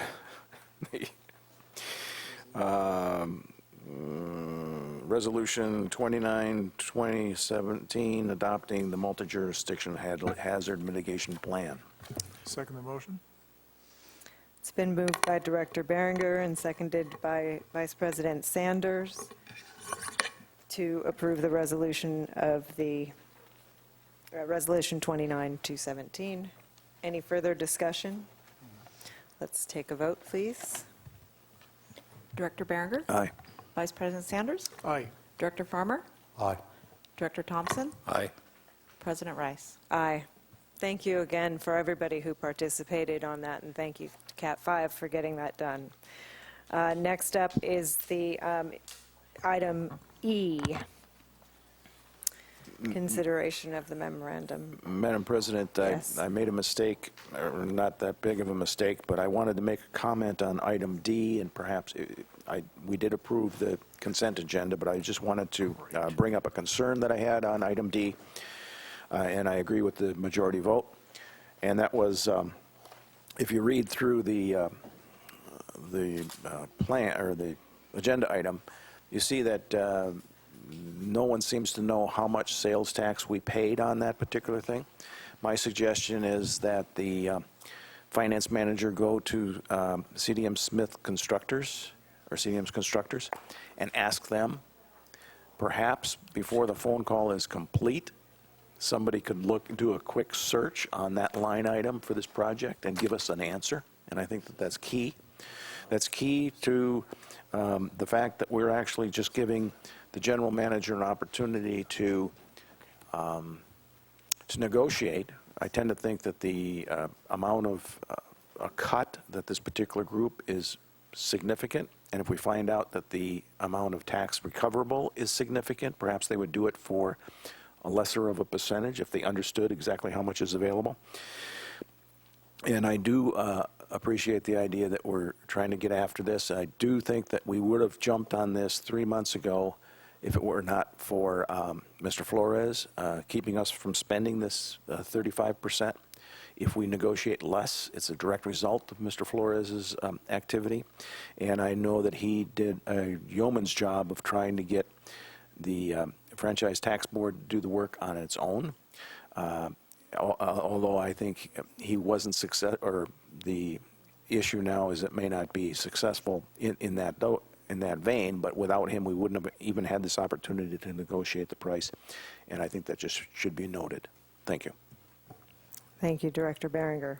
All right, item E, the Memorandum of Understanding with the Land Conservancy. I asked for this item to be pulled not because I don't agree with making an agreement with the Land Conservancy, but I'm concerned about the long-term, in perpetuity expenses of acquiring additional properties. Not that I don't think that the purpose is good, because I think it is. Not that I don't think that it supports a lot of the goals that this board has expressed in terms of having mitigations for growth and having ways to protect the forest and the undeveloped properties.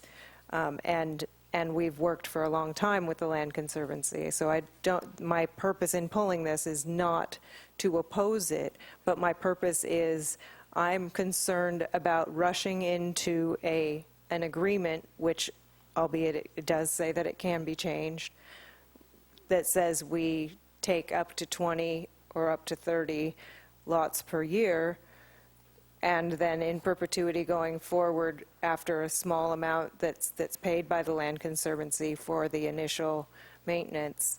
I am concerned about the long-term financial burden that this could cause this district. Again, it's not about the concept of it at all. And I don't think necessarily that SLO Land Conservancy should have to pay for the maintenance, but we don't know how we're going to pay for it. Even if we think we should pay for it, we have no idea how we're going to pay for it. And so I'm torn because it is a great program, and I know that the concept of it is important, but I am concerned about the financial burden, and I don't know if those concerns can be allayed in a short period of time. I see we do have, Land Conservancy is here, and I would like to give him an opportunity to speak about this if he would like to. I'm not against the agreement at all, but I do have concerns about the obligations that it brings. Vice President Sanders? Thank you, President Rice. I think we're all concerned about all obligations that the district takes on, not just this one. I'm very confident that the Build-Out Reduction Committee will present to us a viable plan for funding the maintenance of these lots. And the maintenance, by and large, will consist of simply removing the brush every year. With that confidence that I have, I'm in full support of this. Let me say, too, and I think that Mr. Bowman, who is here, will confirm this, the TDC program, the Transfer of Development Credits program that has been operating in special project areas 1 and 2 for, gosh, going on 40 years, is one of the most, if not the most, successful TDC program in the United States. Many TDC programs have been set up. They've failed. This one has worked admirably. And for a whole host of reasons related to build-out reduction, from build-out reduction to maintaining a viable Monterey pine forest, I think it's incumbent upon us to enter into this agreement to perpetuate the agreement that we have with the Land Conservancy. And in fact, I think if we don't enter into this agreement, we're being irresponsible. Thank you. I think it's irresponsible without knowing how much money we are going to have to put out. We've spent a lot of money on the forest and the trees. We have a forest management plan that we could put into place and fund that would help support acquiring these lots when they are signed over to us. Again, I don't object to the general idea. I am absolutely sure that I'm not comfortable taking on the responsibility of additional plots of forest that need attention without knowing how much it's going to cost us. Even not knowing how much it's going to cost us, not knowing where that money is going to come from. We have a lot of different directions that the money is being pulled, and I'm not saying that we don't agree to the MOU, but this is an agreement that will, even though it does have a 30-day on either party, notice, it just concerns me that going forward, we shouldn't be taking on a responsibility we don't know how we're going to pay for. I wouldn't buy myself an expensive car because I know that I can't afford the mechanic for it. I needed to raise the concern, and I'm happy to hear from any of the directors who can make me feel more comfortable about making this agreement at this point. Director Thompson? Well, I'd like to hear from the general manager and also from the Land Conservancy on the project and get more information on what this agreement is proposing. Yes, and then, is that all right, Director Farmer, and then we can come to you? Sure, no problem. Thank you. Madam President, Daniel Bowman, as you indicated, from the San Luis Obispo Land Conservancy is here and extremely knowledgeable, so I know Michael wants to hear from me, but can you hear from me after you hear from Daniel? That would be, and then I can just follow his lead, so thank you. Mr. Bowman. Yeah, hi. Welcome. Thank you. Thank you. Thanks for having me, Madam President and Board. Daniel Bowman, Conservation Director of the Land Conservancy. I've been with the Conservancy for 12 years or so now. And as Vice President Sanders pointed out, the TDC program goes back not quite 40 years, 33 years, however. So a long time, and it is a model for TDC programs nationwide. Very commonly held up as a good example, one of the few really good, robust examples. I think you're right to be concerned about long-term perpetual maintenance. That's sort of the elephant in the room when you're talking about these things. However, what you're looking at here, irrespective of who retires these lots, whether it's through the build-out reduction program or whether it's vis-a-vis the Land Conservancy doing this, the CCSD is ultimately going to be looking at how you're going to steward these lots over the long term. What the Conservancy is in the position to offer the CCSD is basically a venue by which landowners can come to the Conservancy today, or assuming we sign this MOU today, tomorrow, and donate their property to the Conservancy, thereby receiving a charitable contribution for the gift. The Conservancy then, vis-a-vis this MOU, would turn around and transfer to the CCSD, as we have done with previous batch transfers that you're already taking care of. For some context about the sort of financial exposure of long-term management of these things, again, I would point to a comment by Vice President Sanders, more or less accurate one, which is the kind of annual liability, if you will, of these lots is really the weed abatement. Somewhat funny, we tend to use micro-ice when we do these things, as you've already pointed out, no relation to you. And I think what we discussed when we did the last batch transfer of 100 lots, plus or minus, that our annual cost of that 100 lots was about $3,000 per year. And so you can kind of get a per lot rate on that. I don't have a calculator right on me, but somebody probably could do that math pretty quick. But it's fairly nominal. So we're talking about up to 20 lots per year. That's a padded number. Right now I receive calls that would put that number close to maybe 1 donation a month, so closer to 12 per annum. Which would, in my opinion, be a fairly nominal increase to the overall liabilities that the CCSD would carry. Now, it doesn't withstand things like hazard trees or things like that that come up. So I don't want to try to mislead you or anything like that. The other thing that I would say on the matter is this is a long-standing program that has been underwritten by the State Coastal Conservancy, and it is nice to think that we could sort of rekindle this and get this back operational, because I do receive calls all the time about, I have a lot in Cambria, I'm not sure what I'd do with it, can you take it? Right now, currently, I have to say, no, we're not in a position to take those lots. So I'll remain at the dais, and if you've got any additional questions, I'm happy to answer them. Did you have anything additional that you wanted to add? No, Madam President, I don't. Director Farmer? I don't know if this is necessarily a question, and thank you for your comments, your presentation. I just want to read something from the discussion here and then make a comment. It says, the TDC program voluntarily retires lots within designated sensitive resource areas of Monterey pine forest habitat. The building potential of the retired lot is then transferred to a buildable lot outside of the CCSD to allow for development of dwellings with a larger square footage than would otherwise be allowed by the planning area standards. I know there's a number of people in this community who are concerned about,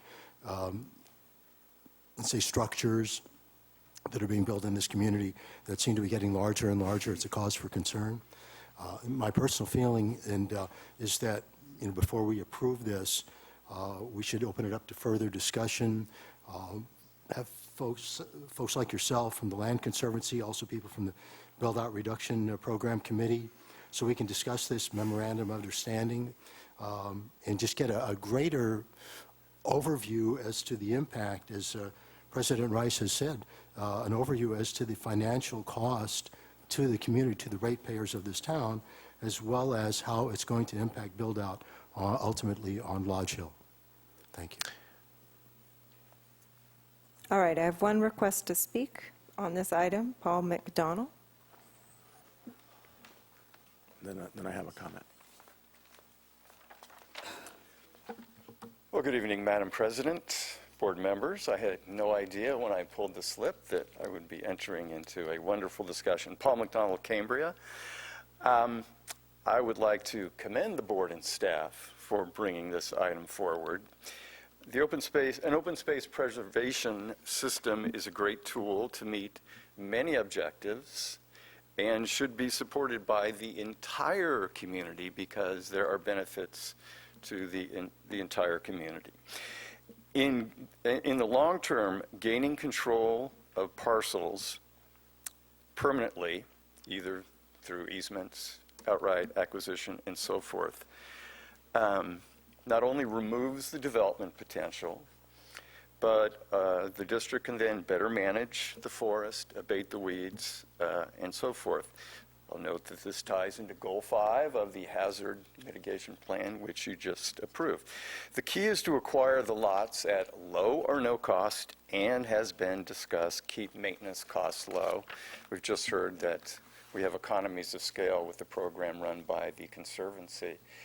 I'd also note that there are other avenues to explore with respect not only to reducing or eliminating the acquisition cost, but to generating revenue and or avoiding costs that the district may already be incurring. And specifically, I'm suggesting that the district could work with the county tax collector and Supervisor Gibson to secure lots which are otherwise in default and actually are costing the district money because lots which have abatement liens, which go into default and are never sold,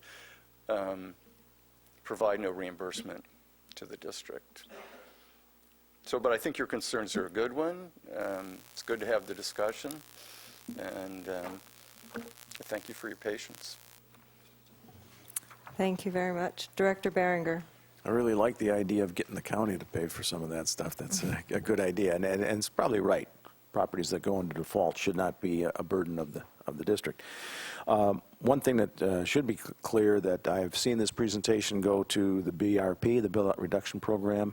The viability of that program doesn't necessarily depend on this, but is certainly aided by that. The Fire Safe Council also is interested in this activity. The Coastal Commission, one of their objectives is to reduce the number of dwellings in sensitive areas, and I think that they also would look favorably upon our, not only the build-out reduction plan, but our intent in order as a community to preserve lands. And it would never be the ratepayers. The ratepayers don't pay for weed abatement. The taxpayers would. And so the issue isn't for our ratepayers. Ratepayers should pay for water and sewer and water and sewer, period. The taxpayers pay to support the fire department and programs such as this. So with that said, and with the slow amount of input that we're going to get from the Land Conservancy and as a partner in the county, I move that we approve the memorandum of understanding. I'll second, and I just want to point out that Mr. McDonald is a former treasurer of Riverside County, and so I think he has a good handle on these types of issues. Thank you for that additional qualification. I appreciate that. Under discussion, I don't know if there's any interest. I'm hearing a consensus that this program needs to go forward, and I don't have an objection, as I said before. Maybe we could put in here up to 100 lots until a funding mechanism is in place, just kind of something to that would trigger. If we've gotten an additional 100, that's fair number of years and fair number of donations and transfers. And if we still don't have a funding mechanism at that point, then we're going to have a big problem. Maybe there's some way that we can do something like that. Vice President Sanders? Yeah, Madam President, as you pointed out, this agreement can be changed in the future. So if it becomes a horrible burden for the district to maintain these lots, then the board at that time can revisit the issue. Madam President, I agree with Director Sanders' input, and I also think that by doing this, I also understand your concern. And as I've said time and time and time again, there are programs that we can't do because we don't have a funding mechanism. We also, at the moment, are not, we continue to take tax dollars and apply it towards helping the water and wastewater ratepayers. I believe that as part of adopting the budget today, and my suggestion is that we make sure that the water and wastewater departments are getting adequate revenue to support that. That will free up a little bit of the taxpayer money that we're already using from the general fund. But more importantly, the BRP, the forest management plan, and all of the other things that we want to do is maintain 4 firefighters on the engines and so on and so forth, is going to require a referendum from the ratepayer, from the taxpayers, not necessarily from the ratepayers. And I continue to support the action to approve the MOU. All right. Are there any further discussion? I just want to reiterate what I said earlier, that I think we should have a special meeting on this item where people from the Land Conservancy and the Development Reduction Program can explain it to the members of the community. But, and we have a further understanding of what this is all about. Thank you. So we'll have to look at a plan of action going forward. Let's take a vote on this item. So the motion by Director Berenger, second by Director Thompson, to approve this MOU. Director Berenger? Aye. Director Thompson? Aye. Director Farmer? No. Vice President Sanders? Aye. President Rice? Aye. Next, thank you very much for being here, Mr. Bowman, and I hope that next steps will be to put together a plan of action for making sure that what we can do is both with our staff, General Manager Gruber, with our staff that deal with these additional lots that we will receive, and we're managing those resources, because bad stewardship is almost worse than anything else. So I'd like to make sure that we have a plan for how we're going to figure out how to fund these for the long term. So I'm hoping that we can get that put together, because you're not busy at all. All right, next item is item H, which is consideration of adoption of a resolution authorizing the GM to work with, to co-locate CCHD, CCSD. General Manager Gruber. Thank you, Madam President.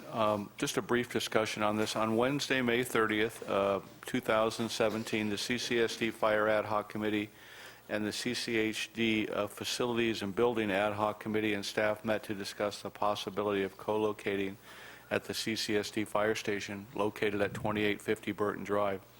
Recent storm events have rendered the CCSD Ambulance Company facility, and I want to go on the record as changing the word from uninhabitable. That's not an uninhabitable. That's not an accurate description. I was brought to my attention by Shirley Bianchi, but due to the instability of the hill directly behind it, this is in addition to numerous other deficiencies that exist in the current facility. The CCHD staff is currently located in a rental property and acknowledges that the accommodations are temporary in nature. The CCHD Board of Trustees will ultimately be making the final decision whether to improve their existing facility or look elsewhere for another temporary or more permanent housing solution. Although the expansion of the fire department was briefly discussed as part of our meeting with the CCHD, both agencies realized that this would be a long-term collaborative effort on the part of both the CCSD and the CCHD, in addition to community stakeholder input. A project of this scope would not meet the immediate needs of the CCHD. Both ad hoc committees reached a consensus in support of offering the CCHD the use of the land next to the fire department for temporary housing units in the form of modular type structures. Both ad hoc committees also recommended bringing the item back to their full boards for further deliberation. I did get a call from Bob Sayer, the administrator for the healthcare district, this morning, left me a voice message. He indicated that the CCHD Board of Trustees did approve this. He didn't tell me what the vote was, and that there were some minor changes made to the resolution by their board. Unfortunately, I don't have those minor changes. I don't think they're substantive in nature, so with that, I'll be more than happy to answer any questions. And just real quick, Vice President Sanders is on our Fire Ad Hoc Committee, and Director Thompson, and then Jerry Wood and Bob Putney was at the meeting, along with myself, Chief Hollingsworth, and staff, Bob Sayer, and staff from the, Jason was also there from the Healthcare District. So, thank you. Thank you, General Manager Gruber. I'd just like to say this is a kind of important policy direction from the board to decide to do this cooperative effort, and I'm looking forward to seeing what we can get done, both to help the healthcare district and provide better service for the community. I do have a couple of comments from the public. First would be Barbara Bronson-Gray, followed by Mike Lyons. I have to lower it first.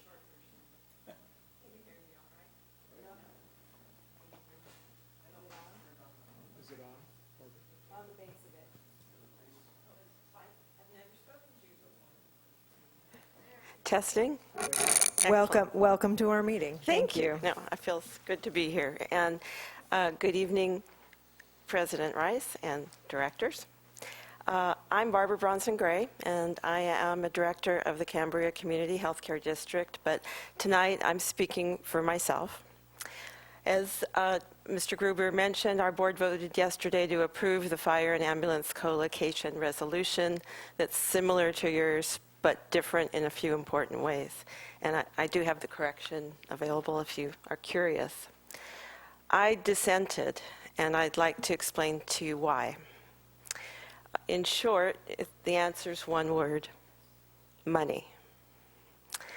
Neither the CCHD, and I would add respectfully, probably the CCSD, has any money to spare for just about anything. Speaking about the CCHD specifically, we have been ending up every year for the last 4 years about $60,000 in the red. And we right now have absolutely no capital budget fund whatsoever.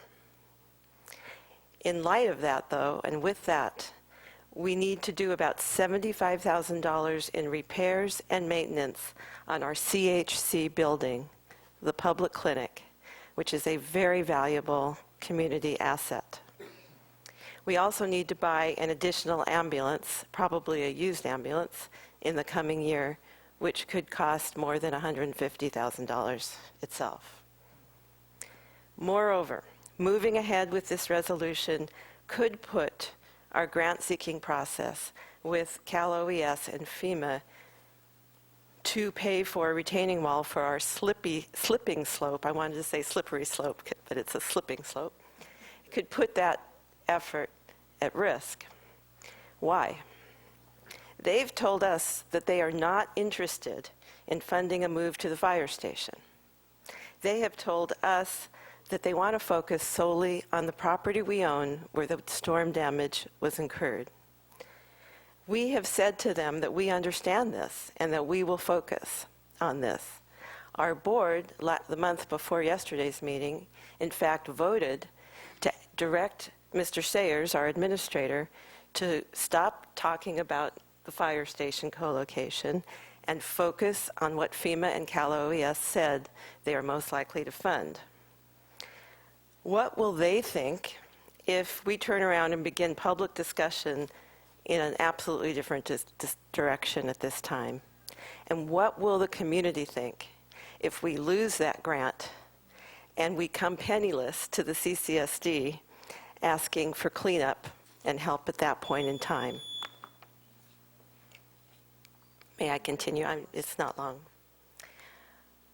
We now know that construction at the fire station would involve creating living quarters to house ambulance and fire staff, according to the resolution, as well as garage space for 4 ambulances and additional parking for ambulance staff and storage. We have things like oxygen containers and medications, all kinds of equipment.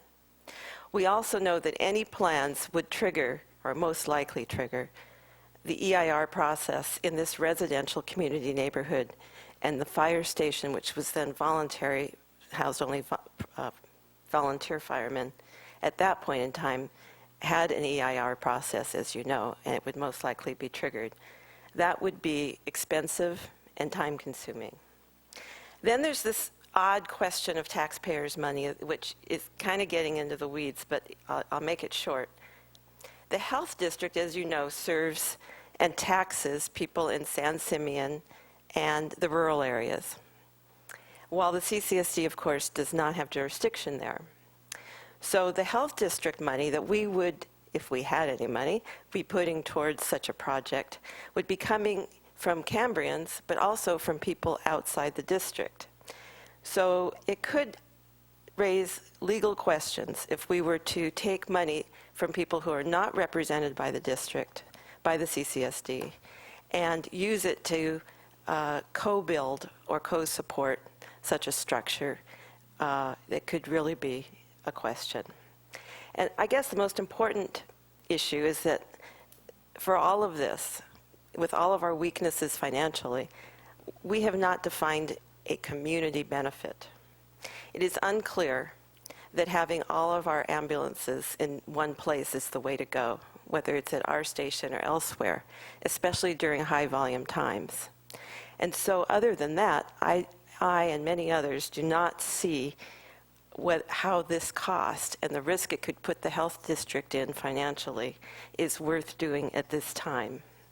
There would be no increase in service for all the costs and time involved, even under fire, as I understand it, by either the fire department or the health district if such a relocation were to occur.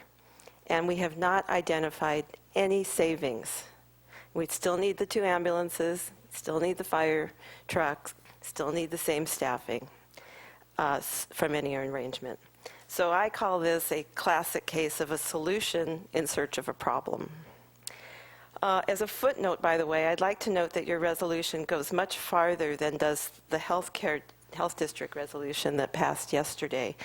Our resolution stipulates exploration only and specifically calls for absolutely no action. Yours is a little more aggressive in how it's worded, and for the benefit of the public, if I may. Yes, briefly, please. So many pages, I apologize. Here it is. It states in its conclusion, the Board of Directors of the Cambria Community Service District concludes that the General Manager is hereby authorized to work cooperatively with the CCHD to co-locate the Cambria Community Health District Ambulance Company, which, by the way, isn't what we're called, to Burton Drive. And we've never voted to co-locate. The most we voted to yesterday, again with dissension, was to explore. Thank you. If you could just, if you have a final wrap-up statement, please. I urge you to vote against this resolution. Thank you very much for coming. I have one more. One more. Yeah, I have one more public comment. I had a question of Director Gray while she was up there. Sure, Director Gray, if Director you wouldn't Gray. mind, please, and then Mike Lyons. Question. Vice President Sanders has a question. Thank you for waiting. Director Gray, first of all, thank you for taking the time to come down here this evening and express your views. What's the time frame for your FEMA application from now to hopefully a successful conclusion where they agree to reimburse you? We're currently waiting for a full evaluation of the cost and the design for remediation of the slippery slope. At that point, we will have completed giving all the information we need to give to FEMA and Cal OES, and I believe they don't give us a direct estimation of how long their review process takes or how long it takes, once approved, to actually receive the funding. What's your opinion? Is a year? I understand that in other types of issues similar to ours and perhaps some of yours as well, it takes up to a year. Up to a year, okay. Thank you very much. I appreciate the answer. My second question is directed to Director Thompson. Director Thompson, my somewhat foggy recollection is that the resolutions that the committees, the Healthcare District Committee and you and I, agreed to put on our respective agendas were to be the same. Is that right? Well, yeah, and I think that when I read the resolution, it's a bit more energetic than what we were originally thinking. Our thinking was that at some point in time, with respect to co-location or consolidation or whatever, that it was a board policy decision that would come back as a separate item specifically, and was not really pertaining to the discussions that we've had. This all came about because of our desire to assist with providing a space for the ambulance crew during the time that they were dislocated from their facility on Main Street and have been, moving about different houses in the neighborhood. And it was, I think, our view that if we could be good neighbors and provide the space for them to, to locate, that would be the first step. I think a lot of this is much beyond where we were really initially planning to go before we had a policy decision with the whole board. I'm reminded of the military term, mission creep. Director Berenger? We still have one more public comment, just or two more. I'd rather hear the public comment first, and then I'd comment. Let's hear the two public comments. I did pull this. Mike Lyons, followed by Jeremy Kinnan. Thank you for your patience. Oh, thank you. In fact, the Honorable Barbara Bronson Gray has articulated my issues much better than I ever could, and therefore I will decline to use the opportunity to speak. You win. Jerry McKinnon?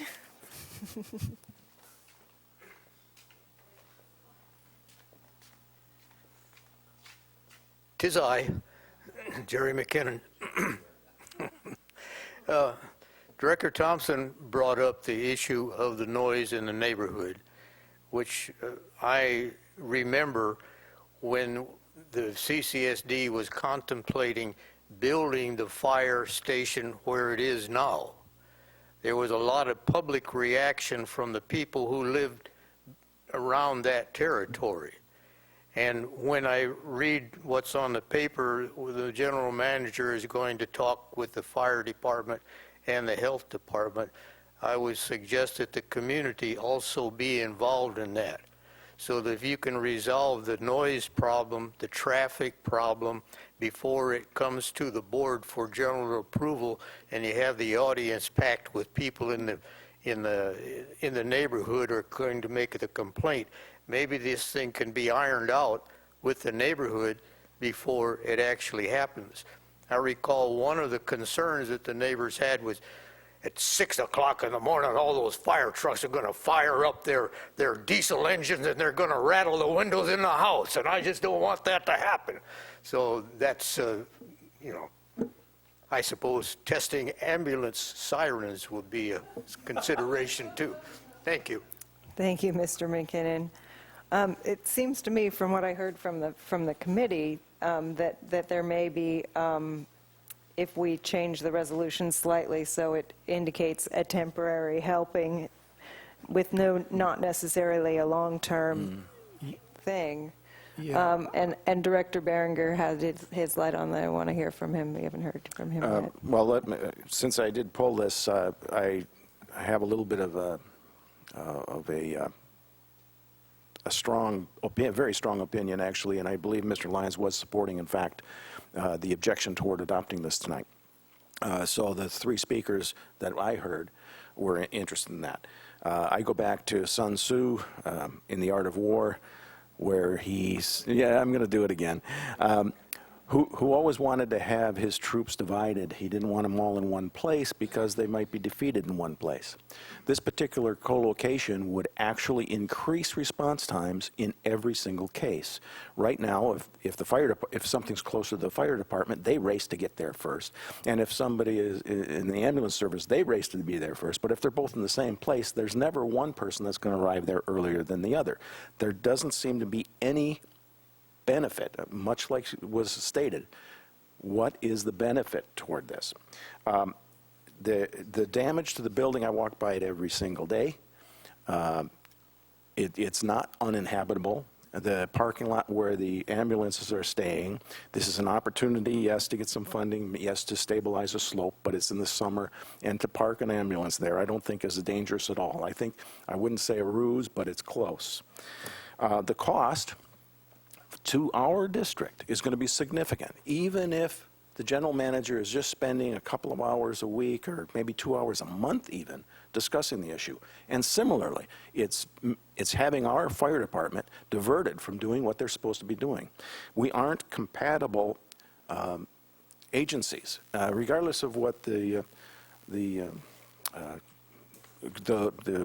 grand jury said. We looked at that. We tried to see if there could be mutual benefits, and it's been shown over and over again that the mutual benefit isn't there. And no one else that I know of, certainly in this county, has co-located facilities. San Luis Ambulance is not with the Cal Fire Department. It's not a requirement. In fact, it's not a good tradition.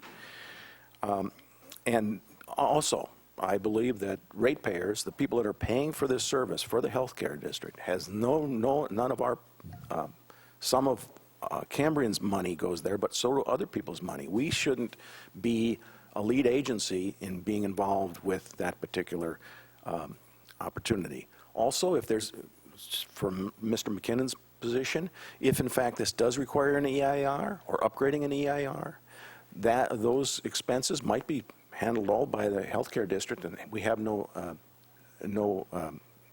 one in the,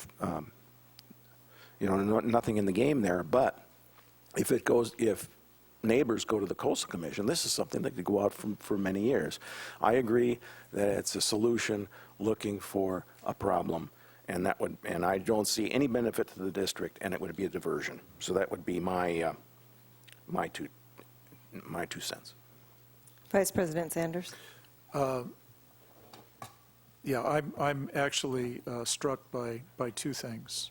First of all, I'm struck by the argument that the adoption of this resolution could result in derailment of the FEMA application. I can understand that. I can see FEMA looking at even an agreement as tenuous as this resolution would result in creating as a long-term desire, aim, goal, whatever, of the healthcare district, and that it would result in the abandonment by the healthcare district of the facility that they're currently occupying, which would maybe dampen FEMA's zeal for reimbursing the healthcare district for the costs incurred to get that facility back so that it's habitable again. I'm also struck by the fact that our resolution seems to go beyond, as Director Thompson pointed out, seems to go beyond what the two agencies, committees discussed. And the fact that they're not consistent, that is that one resolution has items in it that the other doesn't, really bothers me, because if we are going to have some sort of a cooperative agreement going forward, even if it's just in the form of these two resolutions, one adopted by them, one by us, if they're not consistent, that creates ambiguity, and then you're off to a bad start right away. So I think you can catch the drift of where I'm going with this. Director Thompson.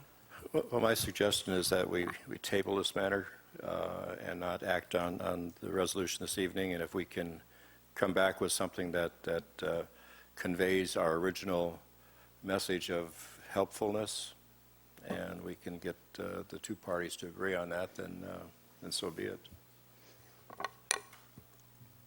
Okay, I would just like to, I would just like to say that I've never seen a slide happen in June, and gosh darn it, if there wasn't millions and millions of cubic yards that came down onto the top of Highway 1 late after the rains had stopped, so uninhabitable may not be the situation now, but you don't know when that might come. I am persuaded, though, I have special empathy for board members who don't agree with the decision of the majority of their board. We did not hear from that board majority who did pass their resolution, but I am ultimately persuaded that we need to have the language be exactly the same as the ad hoc committees had requested, and so I would support tabling this just for that reason alone. And I appreciate that Director Gray came tonight, and I want to make sure, though, that we are dealing with the decision that was made by the board as a whole, and these concerns are important concerns, but I'm okay with tabling it. Is there any objection to tabling it? Do we need to take a vote to table it? I move we table it. General Manager Gruber. Do you have to move it? And I'll get a copy of the resolution and give it, distribute it to Vice President Sanders and Director Thompson, and see if it's, All right. see if it represents the Their understanding of it. their understanding of the meeting that happens. I'd like to comment that if you have the same two ad hoc committee members from CCHD and from our board, we're not going to broaden any of our knowledge on it. I'll just comment that if the recommendation is to be made, I think from the same members that some details as to what the condition really is, of what is the urgency to not continue to occupy that building or find other places other than the fire department. I like being helpful, but on the long term, I think it's something that isn't as feasible as it first looks like, and the desires of the different ad hoc committees. I want to make sure that there's some facts behind the urgency and how it would affect FEMA if they in fact repaired that particular location. What's the benefit of not reoccupying that compared to, and the cost compared to going 3 miles away. I'm just urging the committees to look at things more than, hey, how can we help out, but what are the long-term impacts of doing that from a cost perspective too, and mainly how much time it's going to take diverting our staff from. I want to be helpful, but how much cost is it going to be for us even to pursue this? So that's just a comment. I think the committee hears those concerns. Vice So President, can we, Vice President if we need a Sanders. motion, I'd move that we table, but no, well, we can just table it. Vice Just table President it. Sanders. Yeah, just one final comment. I want to make it clear that at a previous meeting of our board, I think going back several months, we made it clear with Chief Hollingsworth here that on a short-term, temporary basis, if the healthcare district needs a home, that we would make the fire station available. But that was for a short-term period of time until the healthcare district could figure out what it wants to do with the existing buildings and its existing buildings. So just so that we're clear on that. I think that is everyone on this board clear that that's kind of the direction we're heading in that for that. Yeah, and just one other point too. I think again, to point out that both Vice President Sanders and I stress that any decisions beyond that are a policy decision made by the board, not by our ad hoc committee. So if everybody's comfortable, then we're done with consent. I would like to have a 5-minute break if that's. Do you need 10? Okay, 5. We'll come back at 8:35, please, according to the clock on the wall here.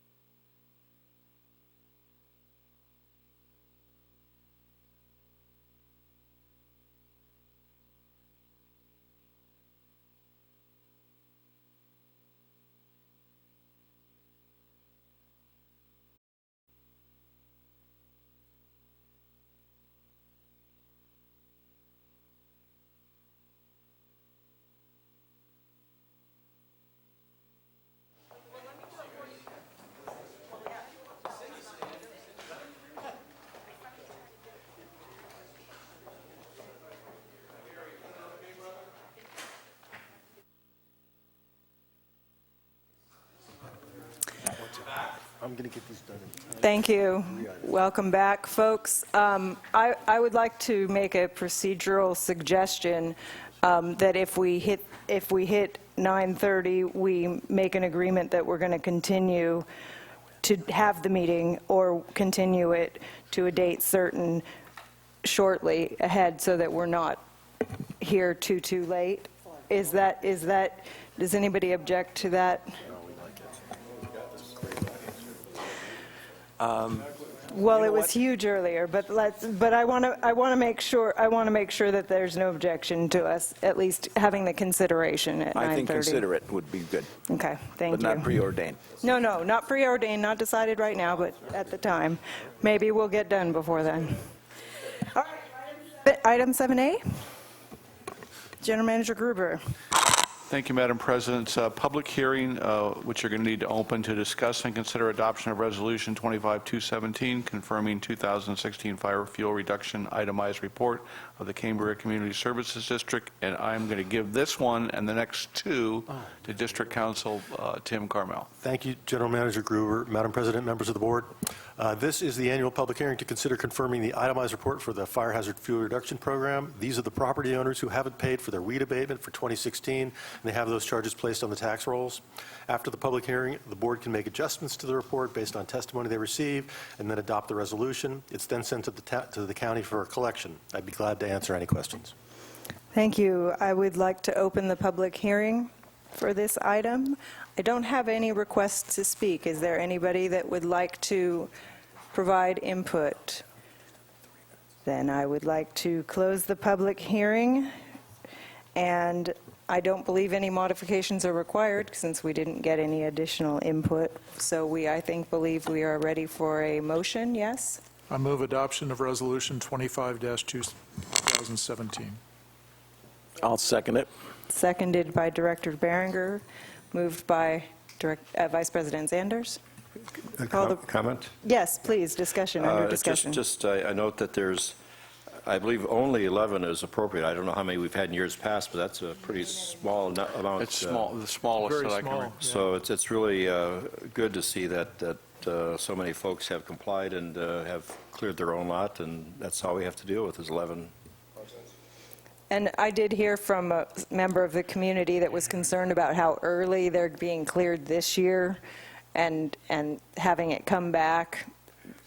There's been discussion on that back and forth about setting those dates, and it's kind of year-round fire. It's hard to say. I heard from a couple of people that we weren't clearing early enough. Right, so you kind of can't win, but at least people are clearing much, much more than they used to. We used to have at least 30 or more in past years, so is there any further discussion?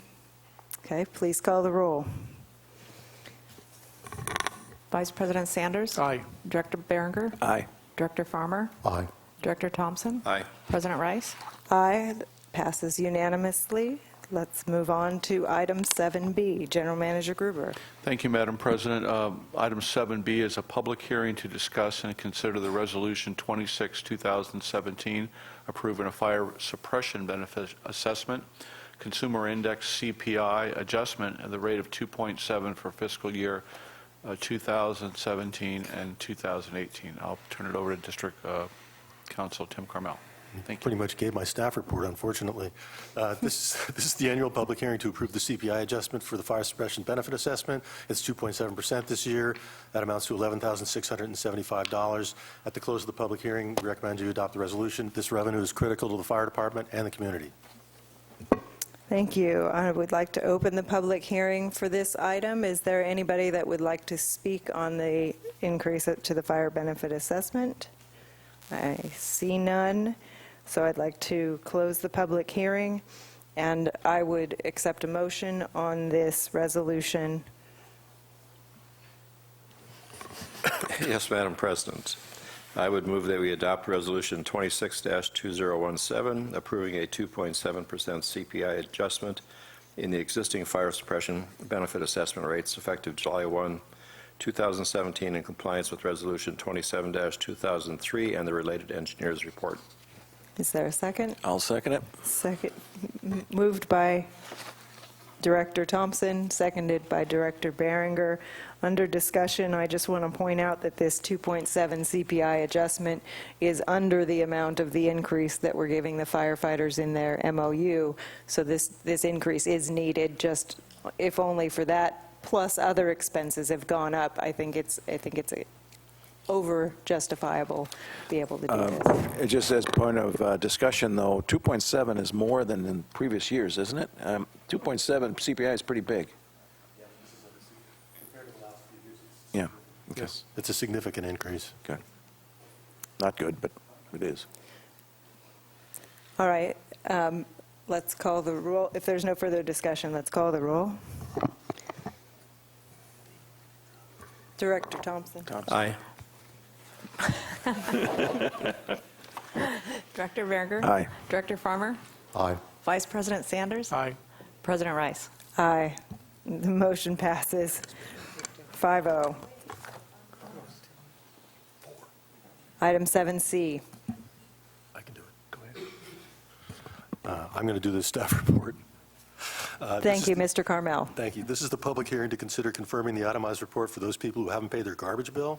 Can you please slow down just a little Certainly. time? I know you're rushing because it's late, but There's other important items. You have the budget. thank at you. the end. I know, please. As with weed abatement, the charges are placed on the tax roll for collection. It's recommended at the conclusion of the public hearing, you make any changes deemed appropriate based on testimony you receive and adopt the resolution confirming the report. Thank you, Mr. Carmel. I would like to open the public hearing. I don't have any speaker slips. Is there anybody here that would like to speak to this item? Seeing none, I would like to close the public hearing. Is there any discussion? Seeing none, I would accept a motion to adopt the resolution. I move adoption of Resolution 27-2017. Second. Moved by Vice President Sanders, seconded by Director Thompson. Is there any further discussion? Let's call the roll, please. Vice President Sanders? Aye. Director Thompson? Aye. Director Farmer? Aye. Director Berenger? No. President Rice? Aye. The motion passes 4-1. Thank you very much. Item 7D.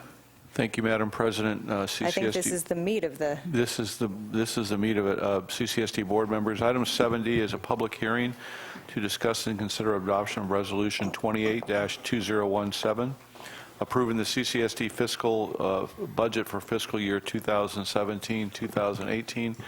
I'm going to turn it over to our finance manager, Patrick O'Reilly, who has a brief PowerPoint presentation.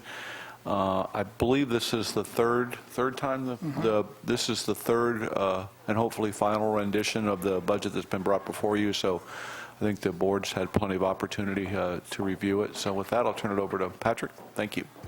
Madam President, members of the board, I need to point out that I only finished 1 year of law school, so I can't talk nearly as quickly as Mr. Carmel, but I'll do the best that I can, okay? This budget is not that much substantially different than what we looked at in May, but there are two or three fairly major changes, so I'm going to go over those real briefly. Okay. It's not working.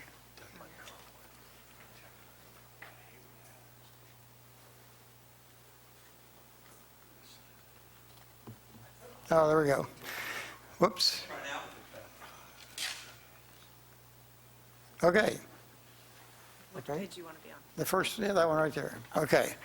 I'm just going to talk about each fund. In the general fund, basically the budget is balanced, but we have added $84,000 to the fire department with the intention of converting the current Safer firefighters to permanent full-time firefighters on March the 1st, which is when the Safer grant expires or runs out.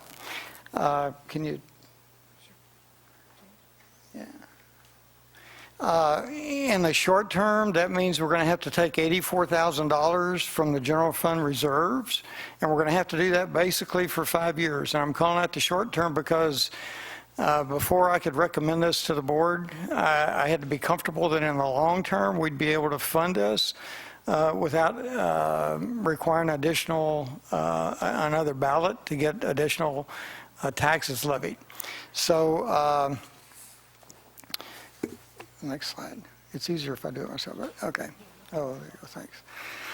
In the long term, we're going to have, staff is recommending that to be able to afford this, we need to dedicate garbage franchise fees to the fire department, all of them, 100%. We need to continue with the increased property tax allocations that we've implemented during this year, where we do not allocate any property taxes to the admin department. We only allocate them to fire, facilities and resources, and park and recreations. We're going to seek support from SLO County Tourism Board to try to get some sort of payment to help us for the EMS services that we provide to tourists. But even if we don't get that, we'll be able to afford this. And then we're going to have to implement some funding discipline for major equipment, and I'll show you that. This is kind of a busy slide, but it will illustrate what I just explained to you. For the current fiscal year, our Safer permanent firefighters are going to cost us $219,000. Our fire truck purchase is $134,000, and personal protective equipment, we're going to spend a net of $18,000 because we're spending $94,000 and we're getting a grant of $78,000, so the difference is a net of $18,000. So basically, that leaves us with an $84,000 deficit. Next year, we're going to add $79,000 in franchise fees to the fire department. This year, those fees are being allocated to the park and rec department, so we can do the park improvements. But next year, they'll go to the fire department. The permanent firefighters are going to cost us $306,000 because they'll be permanent all year, so they'll be at a higher rate all year. We'll continue to pay $134,000 for the fire truck, and we're recommending that we go down to only $10,000 for PPE and basically start replacing the personal protective equipment each year as we go along, rather than waiting until to replace it all like we've done in the current situation. So that bottom line is, again, about $84,000. And we're going to be in this mode for the next 4 years. Then once we pay off the fire truck, in the long term, we're still going to have franchise fees up here. We're still going to have the cost of the permanent firefighters, or safer firefighters is permanent, but we're going to have a fire truck purchase of only $45,000. And that is intended to either be a set aside each year or before we actually go out and purchase a truck, because it's going to be 10 years before we need another truck. So in 10 years, we can accumulate $450,000, which is a huge chunk of whatever it's going to cost to replace that truck. And we're going to also recommend that we continue financing $10,000 worth of PPE indefinitely, so that the bottom line is the fire department is basically breaking even. So that's why I'm comfortable bringing you this budget with a deficit of $80,000 for the next 5 years. That's basically a little over about $420,000. The general fund has that much in fund equity, and the general fund has that much in cash. As you know, the drain here is water and wastewater. And over the next few years, it's mostly going to be wastewater. But I think with prudent expenditures in all areas, we can actually afford this program. Before you move on, Yeah. Wouldn't the amount for the safer permanent firefighters go up? They wouldn't get any pay increase? Well, I haven't put any of that in here. I'm not looking so this at... is just this is just kind of a vague overview of what we're looking at. Right. If you look right here in the income, I didn't increase that either. Like you just passed an increase in the fire service benefit assessment, so there will be property taxes will go up, fire service, expenses will go up, revenues will go up. I'm saying let's hold all that equal and just look at the impact of these specific. Thank you for that explanation. That helps. If I can. Yes, Vice President Sanders. Madam President, our executive committee, you and I discussed having the general manager meet with the trash disposal company to talk about renegotiating our trash disposal contract, which hopefully will result in increased franchise fees.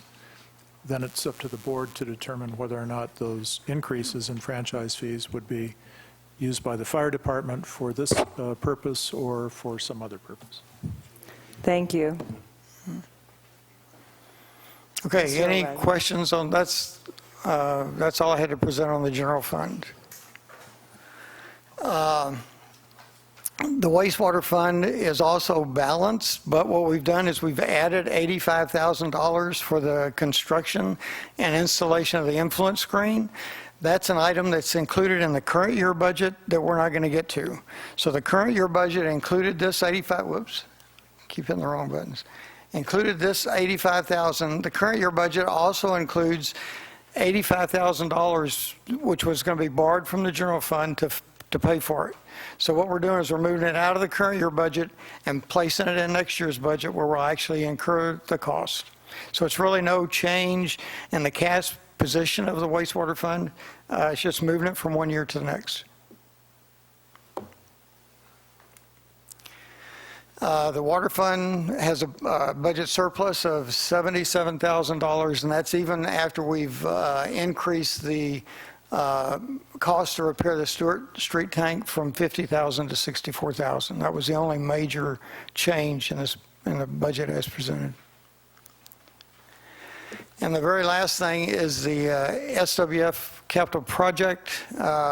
We have received $13,321,000, and this board has authorized $13,202,000 in expenditures. We haven't spent that much yet, and since this is a capital project, it's not constrained to this fiscal year. Capital projects go on and on. So until we finish the project, these funds are available. And this amount of funding has been authorized. You can't authorize another $119,000 if it gets to the point where you need to do that. Right now, there's the board about a year and a half ago set aside $1 million for future mitigation efforts. There's still about $730,000 of that has not been allocated. It's there unencumbered. And so you have about $730,000 that you can spend for future mitigation, plus you have another $120,000 on top of that. So that's the presentation. I'm happy to answer any questions. I do have a request to speak from Muriel Clift, and then we will.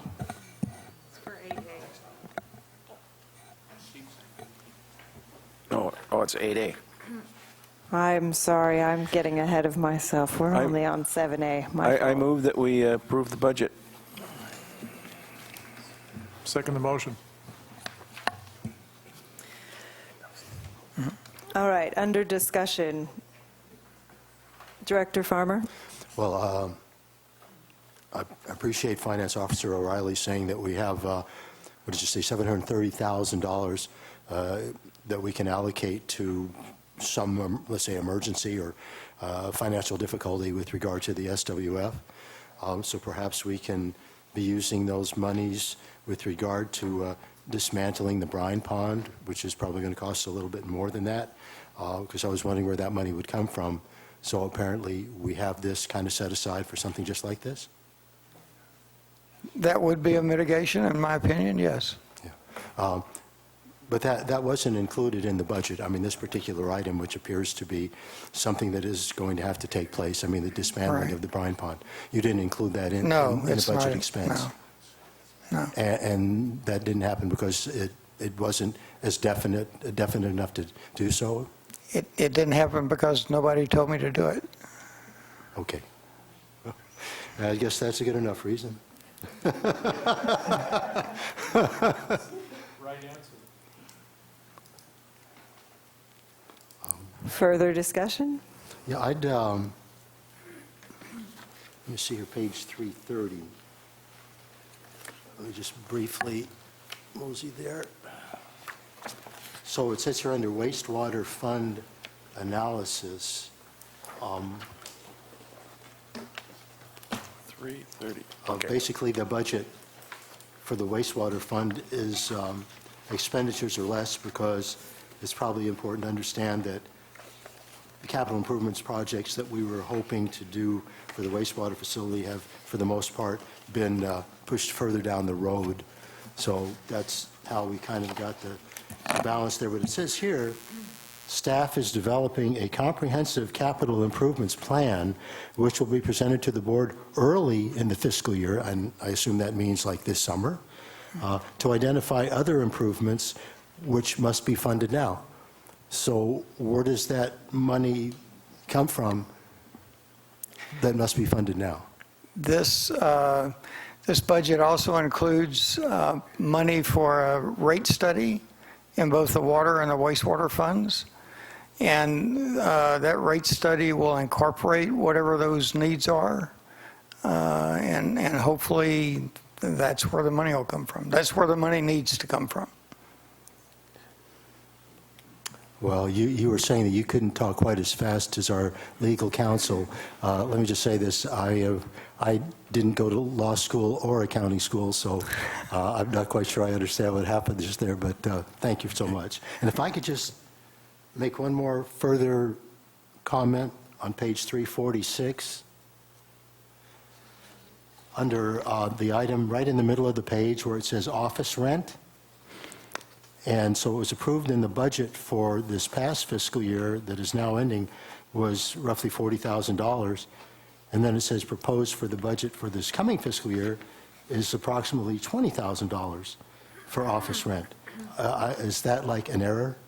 No, that, we only included 6 months' worth of rent because we anticipate occupying a new administrative building. It's included in the budget to purchase and refurbish a new office space and get out of our rental at the end of December. That's what's included in this budget. Whoa, well, if I remember correctly, and I feel a little bit ambivalent about revealing what was said, let's say in closed session, but I think the understanding was that it was going to take probably closer to a year and a half, if the general manager would comment on that. So I don't know if this is necessarily a correct assumption that we'll be moving into the new place at the end of this year. General Manager Gruber, how would you feel about that? Thank you, Director Farmer. I think it's aggressive, but I think that 6 months is doable. If it's not, we're going to have to come back for a mid-year budget adjustment regarding this particular item. If that's the direction the board wants to go with regards to the purchase of this, then Monique and I are going to go full steam ahead working with whoever we need to work with to get the project done and get us in there. So I don't want to, if you look at the original estimates done by the architect, it was estimated at 18 months. I thought that was a little long. I think we can do 6 months, but we'll see. If we don't, and we exceed this amount, then we have one or two choices, which is the mid-year budget adjustment, or we address it at the end of the fiscal year 17-18 when the audit's completed. Okie dokie. Director Berenger? I just wanted to emphasize that Mr. O'Reilly said that the money must, for the wastewater fund, if we're going to fund these immediate capital improvement projects, and similarly with the water, we're going to look at water, the concept and the direction that he's taking us is that it must be funded from those funds. We cannot, and I've said this, I'm tired of saying it for 6 years, we cannot continue to use general funds for those activities. So we need to aggressively look at it, and we cannot use, even though we cannot use general funds to support the water and wastewater. And likewise, if we happen to have a surplus in water or wastewater, we can't turn around and use it for the firefighters or use it for something else. So But we might be able to accelerate something in the CIP program if there were. Right. Madam President, and it's Director Farmer. It would be a roadmap. In other words, we come up with a financial plan, a plan with regards to rates that are in harmony with the needs of the district. So, and the capital list would be prioritized, and the financial plan associated with the rates would also be coordinated with that. So it wouldn't be something instantaneous. It would impact the rate payers, significantly right away. It would be over an extended and gradual period of time, based on the priorities. If you look at the CIP sheets that we've created, working with the Infrastructure Ad Hoc Committee, it extends out to a 5-year period. Yeah, and that's what, that's kind of how you look at things, is over a 5-year period of time. But all those can be tweaked and adjusted. Question, the proposed financing for the new administration office, which we still have to finalize the vote on, is that included in this budget?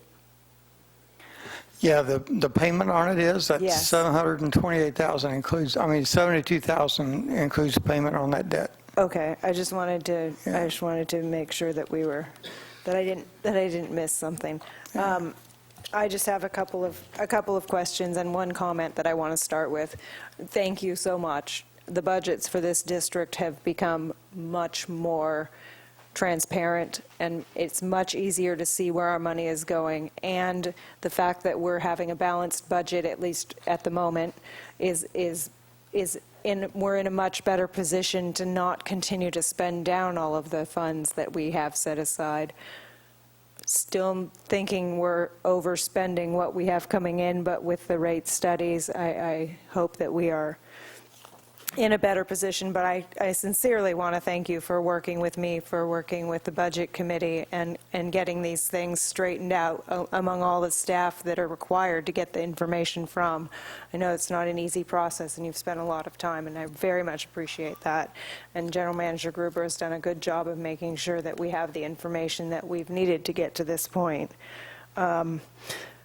The one concern I have at the moment is we contemplate hiring somebody for the SWF, and then in the description of the admin 4, she's going to be taking care of, that position will be taking care of the reporting. But if we have a full-time person for SWF, do we need to still have the person to do the full-time reporting? Absolutely.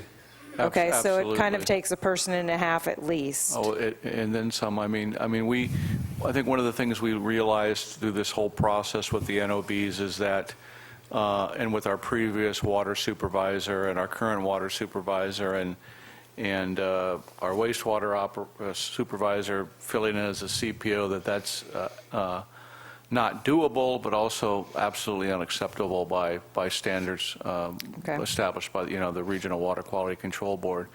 Part of the healing process, I think, when working with the Regional Water Quality Control Board, was giving them assurances that we weren't going to try to run that facility and spread our staff too thin. And so we're committed to it, and I think the board's committed to it. Again, this budget reflects the chief plant operator starting in December, which would give them a training time of starting the plant the following summer.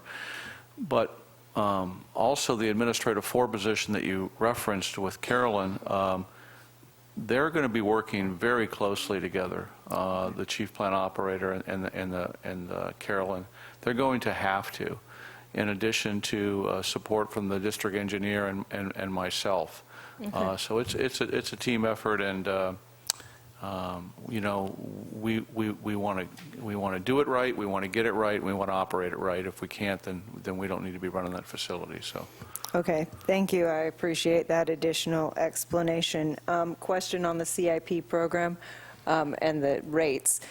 Do you think you'll have something before August for the CIP that we might be able to get started on? Yes. Or is it going to take longer to get that done? No, I think once the budget's approved, we have a completed wastewater CIP. We're meeting next Wednesday with the Infrastructure Ad Hoc Committee on the first draft of the water CIP. We've updated that. If we get the blessings from the Infrastructure Ad Hoc Committee, we'll have a completed water and wastewater CIP list. A little bit of tweaking.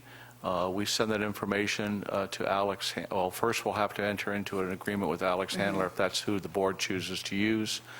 Then we start sending him that information, and we spend a lot of time with him, and we compile a plan based on the needs of those, based on the projects identified within the CIP. So yes, Madam President, in August, I would say even in July, we would have a detailed CIP. July's booked already. Yeah, okay, August. A detailed CIP list, and I got to tell you, the Infrastructure Ad Hoc Committee they're working real hard. So I know, and I appreciate that. We got it done. We'll have it done. So August, if you want a presentation on the CIP, not a problem at all. Well, where I was going with that was to request maybe we have a tentative motion to approve this, and then we do the final approval so that you can make adjustments in those departments once we have a better idea of what we're going to look at on the CIP list. That was my thinking, but I'm seeing heads shaking all over the place. Is that because you're falling off, nodding off? Well, no. The only challenge I see with that is in order for us to address the CIP, it's safe to say that at some point in time, additional funding is going to be required. Of course.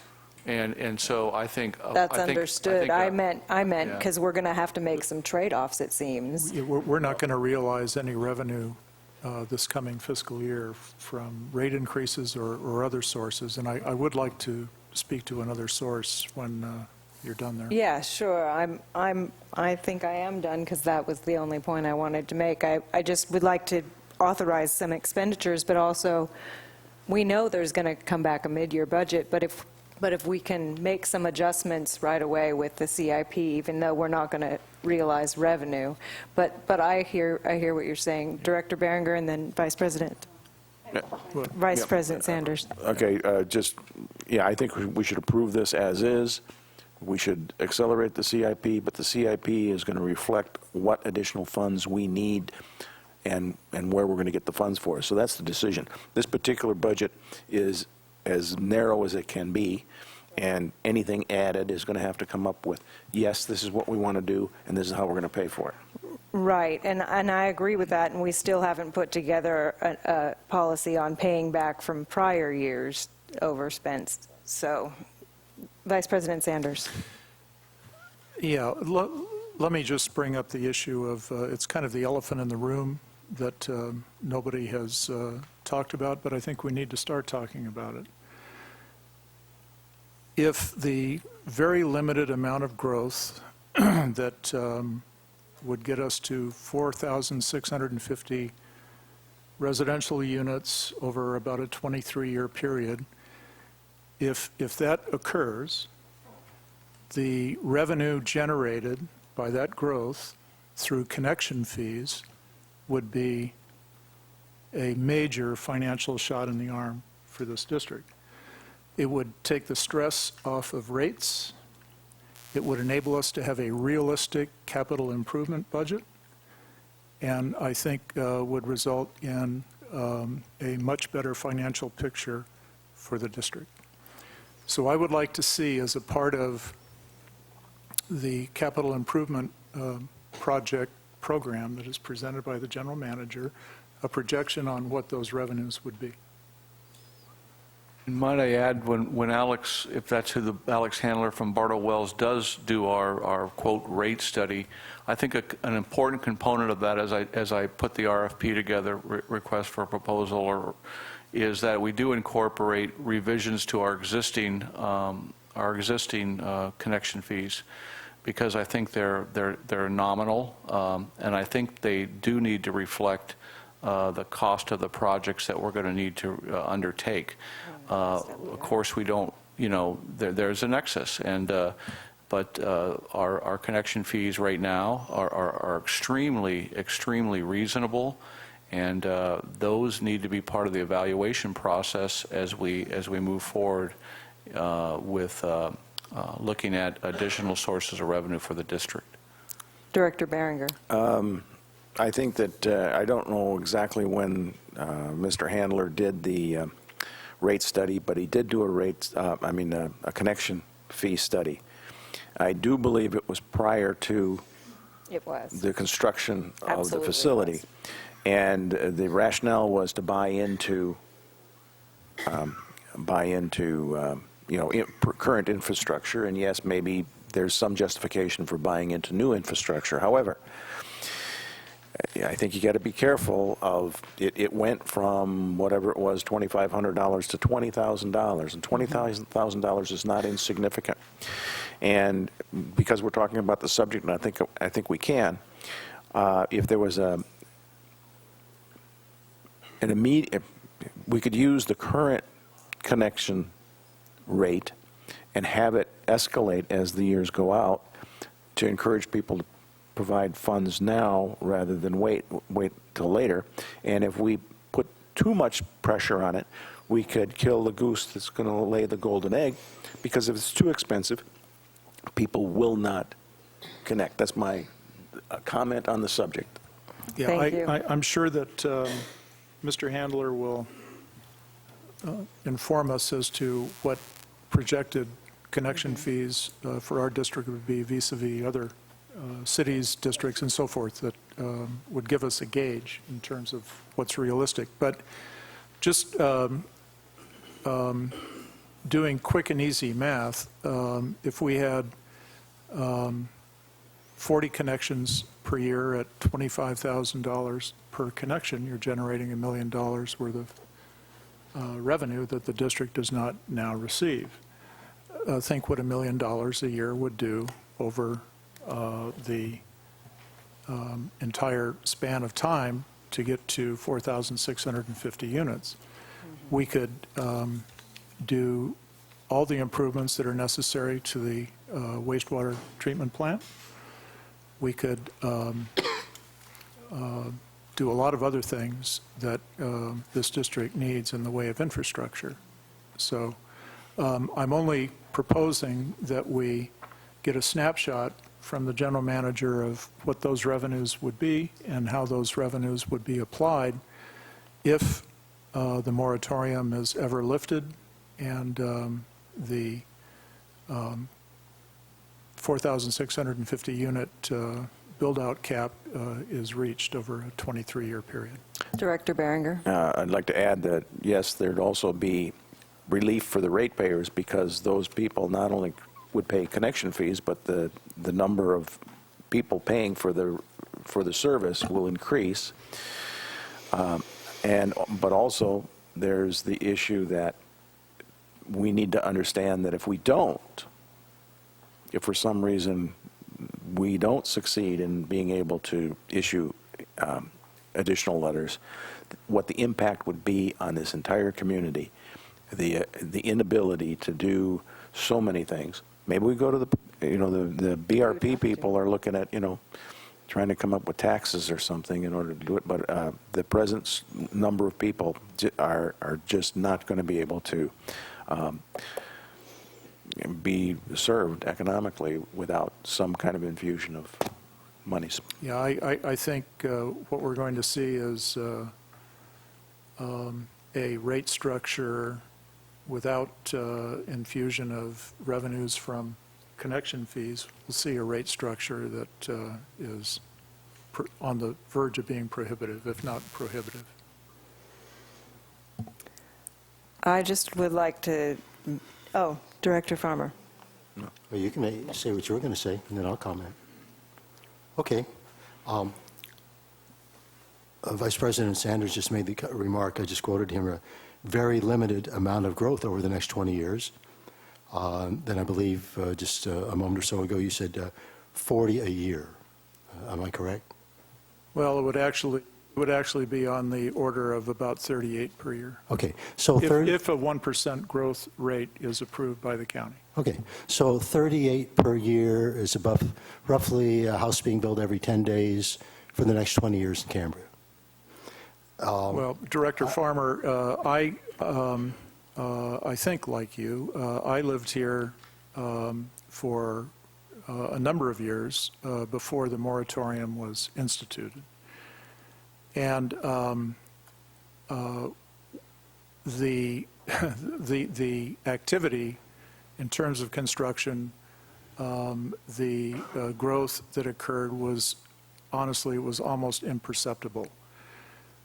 What it did do on the positive side for this community is it created a lot of jobs. We had a lot more of average wage earners who lived in this town. Their kids went to our schools, and now they're gone. Let me just say this. I think how could we say it, whether it's this community or humanity on this planet, approaching everything from a place of, and don't get me wrong, I understand the need for decent paying jobs. But the idea, and I moved here in 1986 and saw the number of homes that were being built.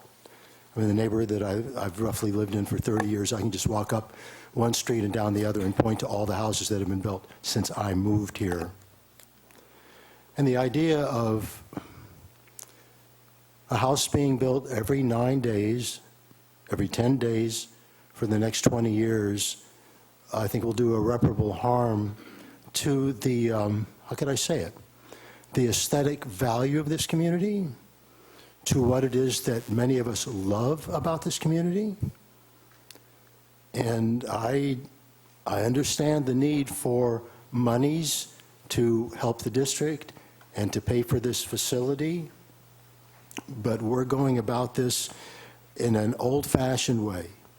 And we need to look at what is special about this community that will no longer be special in 20 years when we have another 750 houses in this community. Thank you. Well, Madam President, if I may, I'd like to briefly respond. That's fine. If you want to have a moratorium forever,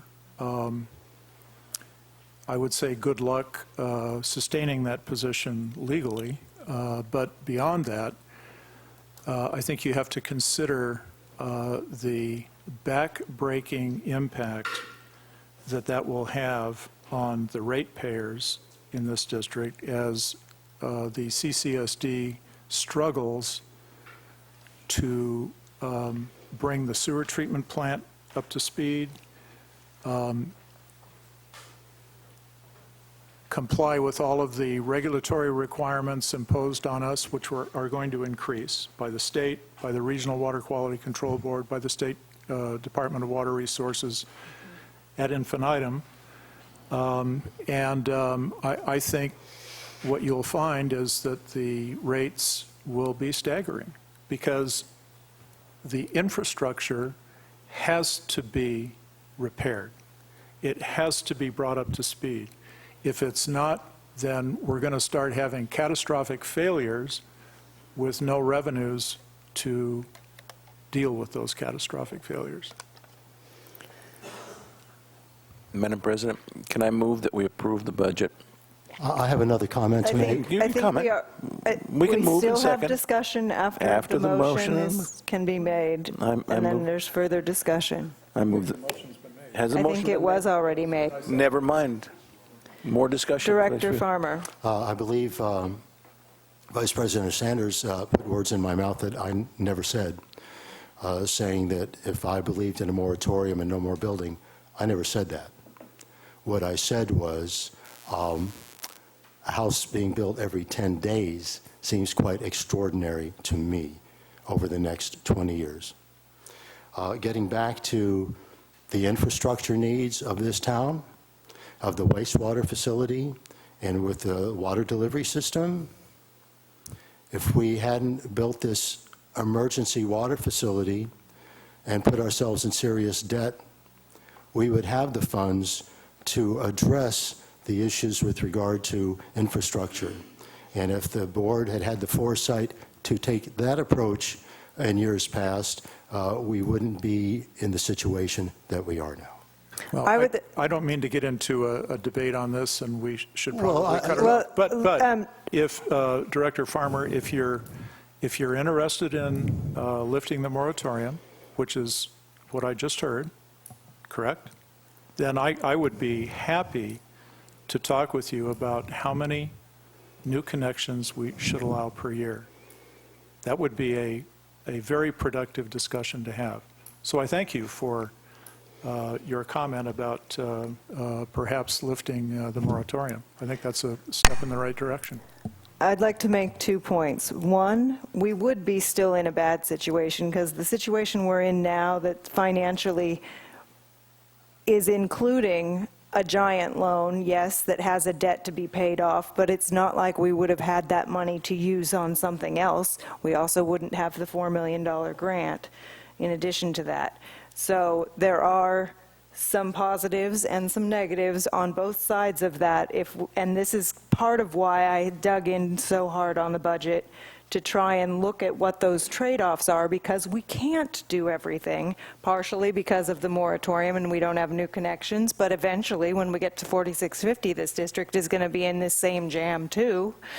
The other thing I'd like to point out is if we continue on the path that we're on right now with budget modifications every year that end up putting us in the hole, we will be broke before we are able to give out any connections that we can charge a connection fee for, which is why I'm trying to get things under control in terms of the longer-term sustainability. For the short term, I realize that we can have some additional revenues and that it is the golden egg from the goose, but let's not act like it's sitting right outside the door, because it's not. If I may, Director Farmer keeps on insisting about talking about the board's foresight 4 years ago. And I was part of that foresight. And again, to me, there was no question of doing nothing. Doing nothing was not what I was elected to do. So we did something. We have something. Even if it's just for an emergency, we have something that the town is behind. And let me remind you that that election, when Director Berenger and I were up for election, was in fact a moratorium on doing something. And we were, let's see, I think it was like a 60-40 vote. It was a referendum on doing something, and we did it. Thank you. All right. No, I just want to make one brief comment. Once again, words were put in my mouth.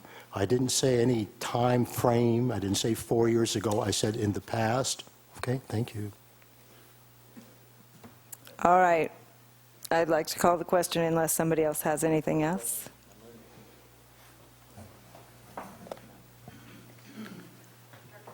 Aye. Aye. Director Berenger? Aye. Vice President Sanders? Aye. Director Farmer? No. Director Thompson? Aye. President Rice? Aye. The motion passes 4-1. Thank you for your hard work, everybody on staff. Please let the department heads know. Appreciate that. All right. Where are we here? 8A, Madam. 8A. 8A. Yes, Madam President. This is discussion and consideration of voting to elect a representative to the SDRMA Board of Directors. The CCSD is a member of the Special District Risk Management Authority, participated in the SDRMA Property, Liability, and Workers' Compensation Insurance.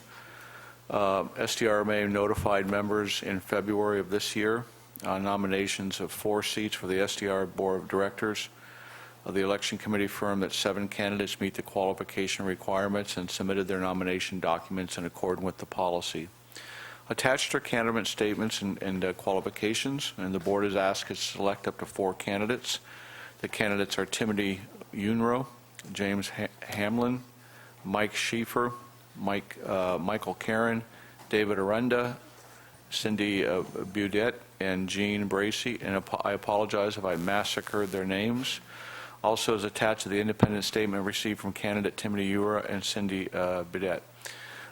We do have Merle Clift here, who is on the SDRMA board, and he may want to comment regarding the candidate pool. And I would like to hear from him, and I've got a speaker slip.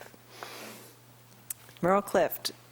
Welcome, sir. I'm just wondering why he wasn't here 3 hours ago when we started the meeting. I know.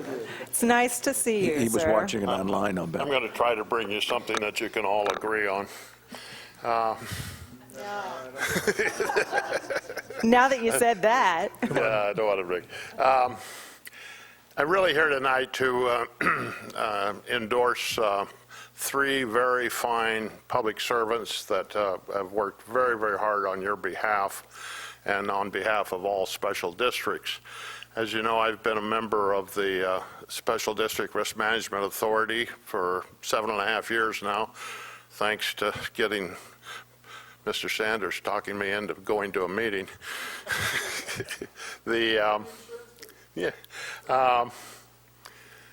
During that 7.5 years, I had the opportunity to work very closely with the current president, Jean Bracey, and the former longtime president, David Aranda. And for the past 3.5 years, I've had the opportunity to work with Mike Schaefer out of Costa Mesa, who I did know before because he was a 40-year member of the same company that I represented. I knew him in his prior life. I'd like to endorse those three and ask you to continue the work that they've done for you. I think you find that you've had the stability in rates, you've had the increases in your things that are available to you, and benefits that have been made available that I think help out the staff and help everyone. And I'd like to endorse those three and ask you to vote for them. Do you have a fourth suggestion? What?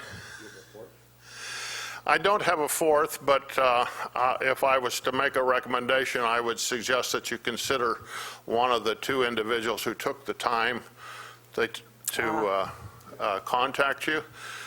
They have to do that with their own money and their own effort. Mm-hmm. And even though they don't give you a lot more information than what's in their application, I think the indication of time and effort is something that you ought to look at to reward. So if I was going to make a recommendation, one of those two individuals, and both of them appear to be highly qualified.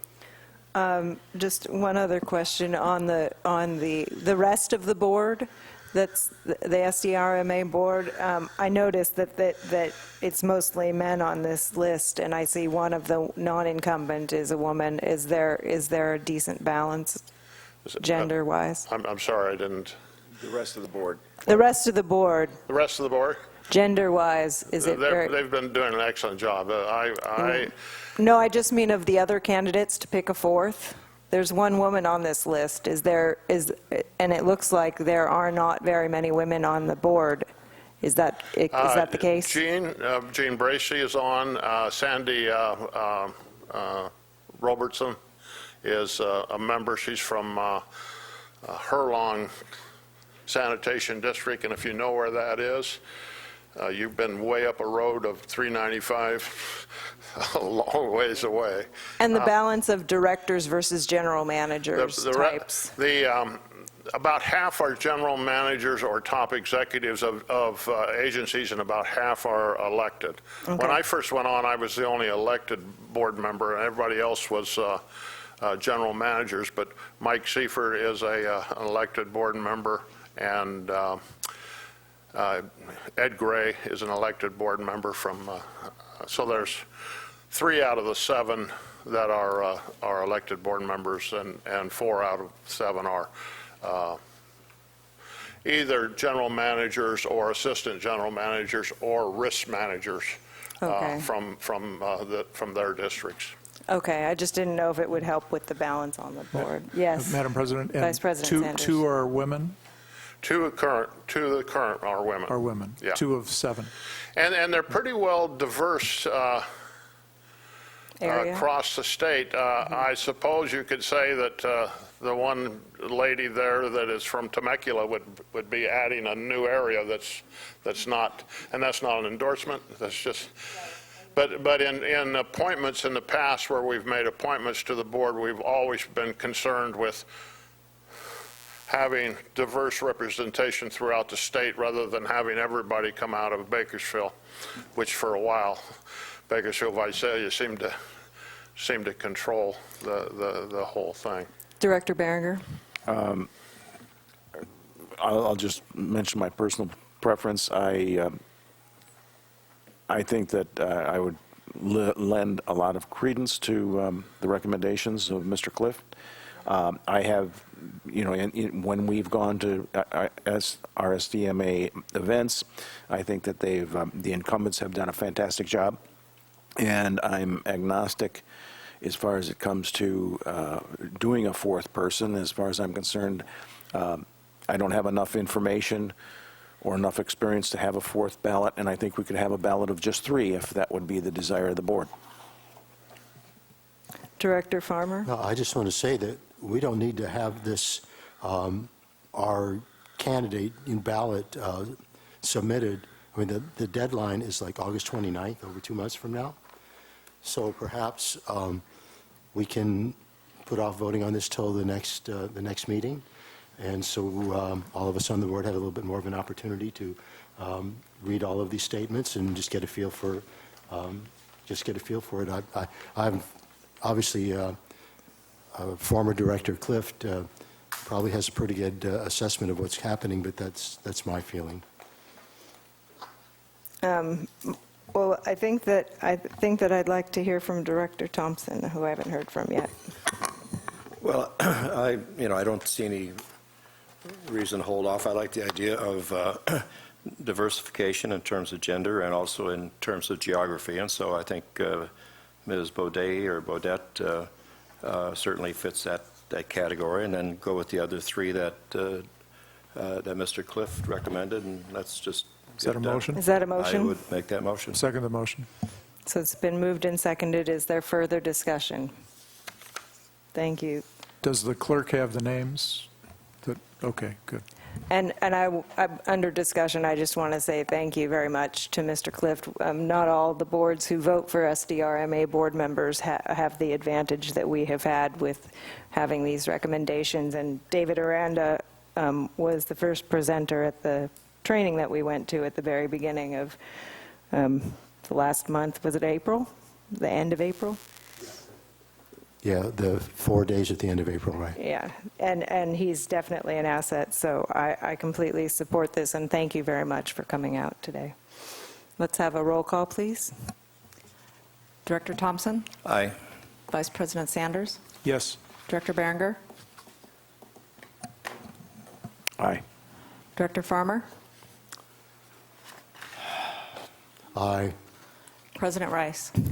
Aye, the vote is unanimous. Thank you, everyone. You were right. Thank you. It's just because we love you, Merle. All right, I said that at 9:30, and we were right in the middle of an item, that we would take stock of where we are and I move that we award the contract for construction of the Fiscalini Ranch Preserve Community Park Wait, project. can we have the phase item? one. Can we please Sure. first have the discussion? You want to keep going with the meeting, is that what you're saying, Well, no, Director Berenger? I just want to get the, I want to make sure it's okay with everybody because it is yes, later I than think we we are should cover the normally. next two. These are two, Working. we put these after the budget because they're two critical items regarding the timing, and so I want the park project to start July 1st, and we need to award the Tech-Tegrity contract July 1st also, so, but And I would like to point out that both of these items meet the goals that the board passed for this year, so it shouldn't take too Absolutely. much time to. yes, item 8B is a discussion and consideration to award the contract for the construction of the Fiscalini Ranch Preserve Community Park Project Phase 1.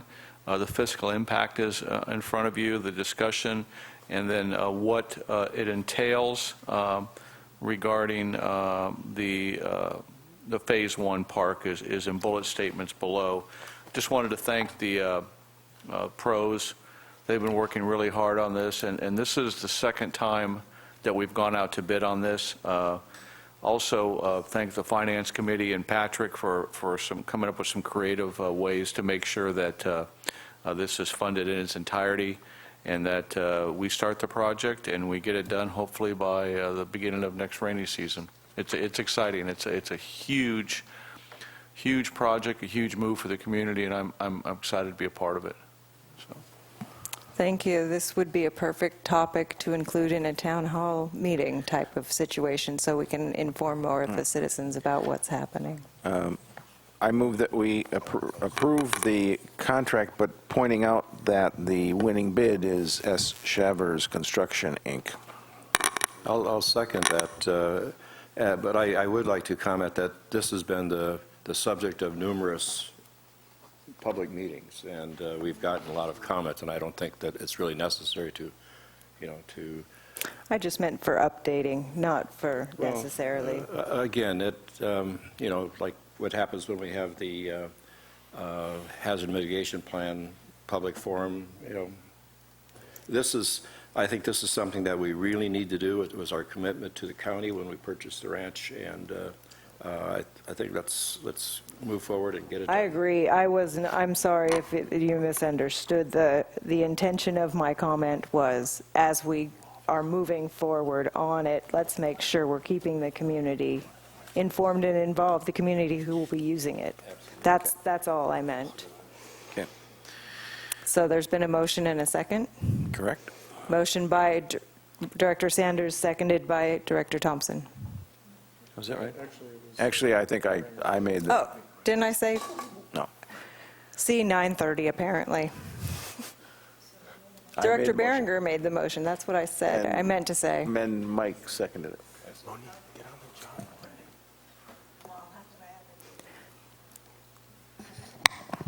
Director Berenger? Aye. Director Thompson? Aye. Director Farmer? I was going to make a comment, but it's probably too late.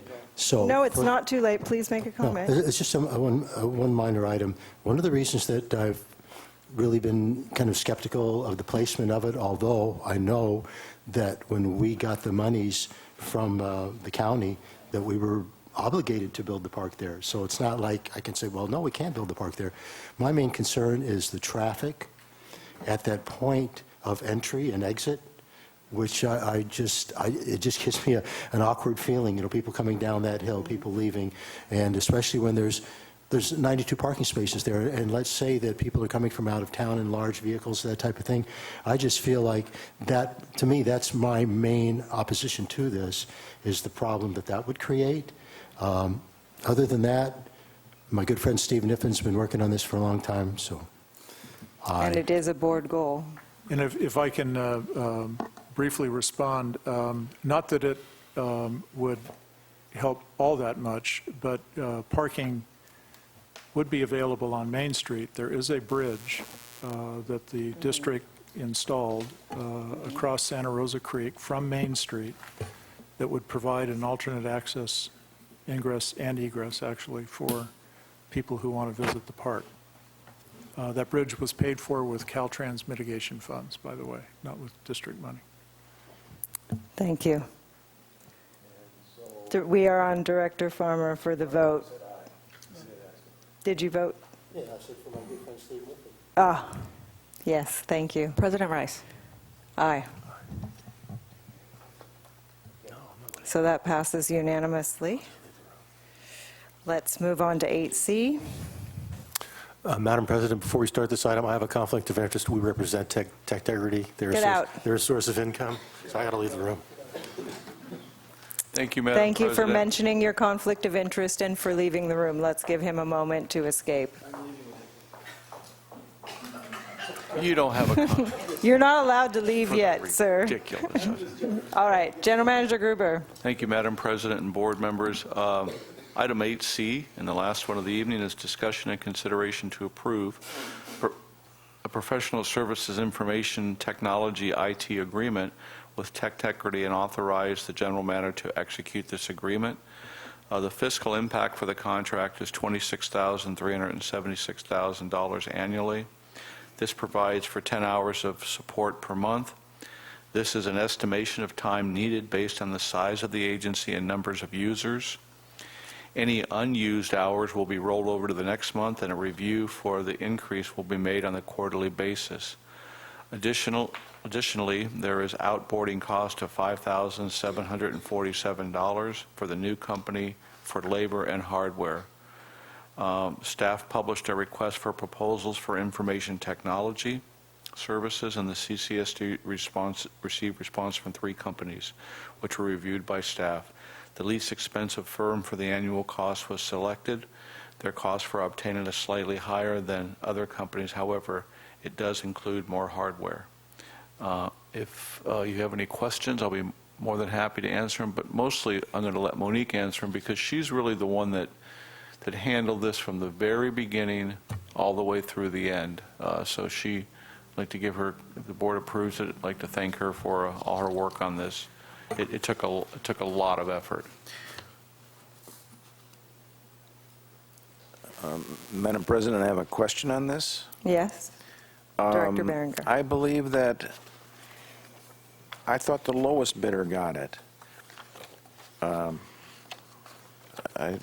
they the When I lowest looked bidder? at it, lowest, when I looked at this earlier, what page is that? Where the bids are? Oh, here they are. Techtegrity had a total of $26,376, and that's lower than everybody else. Right, that's who we're Right, going and with. even if you add the $5,000 worth of worth of hardware, it's still the lowest bidder. You Right. said they weren't the lowest bidder. No, I think he said they are. Okay. Okay. Yeah, in that case, I support, in fact, I move that we approve the professional services information technology agreement with Integrity and authorize the general manager to execute the agreement. Second the motion. Under discussion, Director Farmer? I just want to make an observation with regard to why Tech Integrity may be able to charge a little bit less than the other two companies. I listen to the radio, and so you hear commercials, and I've heard iTech Solutions and Tech Express advertising. This is not a judgment on the quality of their work. It's just that when you're paying for advertising, you've got to generate that revenue somewhere else. And so that could be why, therefore, they have to charge a little bit more to make up for that, whereas I've never heard Tech Integrity advertising, so maybe that's why they can charge a little bit less. That's just an observation. I would just like one observation, which is that because our attorney has been conflicted out, the contract, which is the standard contract that was provided by Carmel and Lakasha as the standard contract that we use, wasn't specifically reviewed because our law firm can't do it because they're conflicted out. So my only concern is just that we have a good contract here, not that we use the standard format, but that would be my only thought on that. And I'd like to hear from the professional law person on the board if he has an opinion relating to that, because I know she used the form that we use for everybody's contracts. I think it's fine. Okey doke. I'm satisfied. Sue me for malpractice if it goes sideways. I will. Can I hire you to sue you? Call the question. Let's call the roll, please, unless there's further discussion. Director Berenger? Aye. Vice President Sanders? Aye. Director Farmer? Aye. Director Thompson? Aye. President Rice? Aye. The vote passes unanimously. Thank you, everyone. We have one further item, which is future agenda items. I have an item, Madam President. When we adopted the bylaws for the board in January, I think we failed to notice that in Section 3.1, there's somewhat of an ambiguity. The ambiguity revolves around who has the authority to put matters on the agenda, and the section is silent as to who has the authority to remove items from a future agenda. That ambiguity has the potential of putting the general manager in a very uncomfortable position, caught between two members of the executive committee. So I would like to see this ambiguity resolved and have at least this section of the board policies put on the July agenda with a recommendation as to how to resolve the ambiguity. I think our legal counsel can probably draft up some language to do that. Agreed. If that's a motion, I would second that, which means that we have agreement on executive committees, which means I think we're okay to go forward on that if the rest of the board is comfortable with it, I would unless support there's that. no objection. I would support that. All right. Yes, I would welcome that change. Thank you. Good. Are there any other future agenda items that other board members? Please know that you also can contact me or Greg, because we do meet with the general manager regularly, and I want to make sure that everybody has things included they need included. I noticed a member of the public might be interested in saying something. I just have a question before you adjourn and everybody runs out. Don't. Come on up. Come to the mic. The date of the final SDIR meeting. July 27th. July 27th meeting is when it's scheduled tentatively, yeah. And Mr. Lyons, don't get caught in a stampede leaving the building. I'd like to thank all five of the hardy souls that were with us for 4 hours. Madam President, as a point of order, could we Yes. ask for, on the future agenda item, could we ask for a roll call vote on that, please? Sure. Well, that's really, it's how his policy's written. We're kind of lackadaisical on it. I'd just like to make sure. It's It makes no it problem. difficult for staff when we go back. It was moved by Vice President Sanders and seconded by me.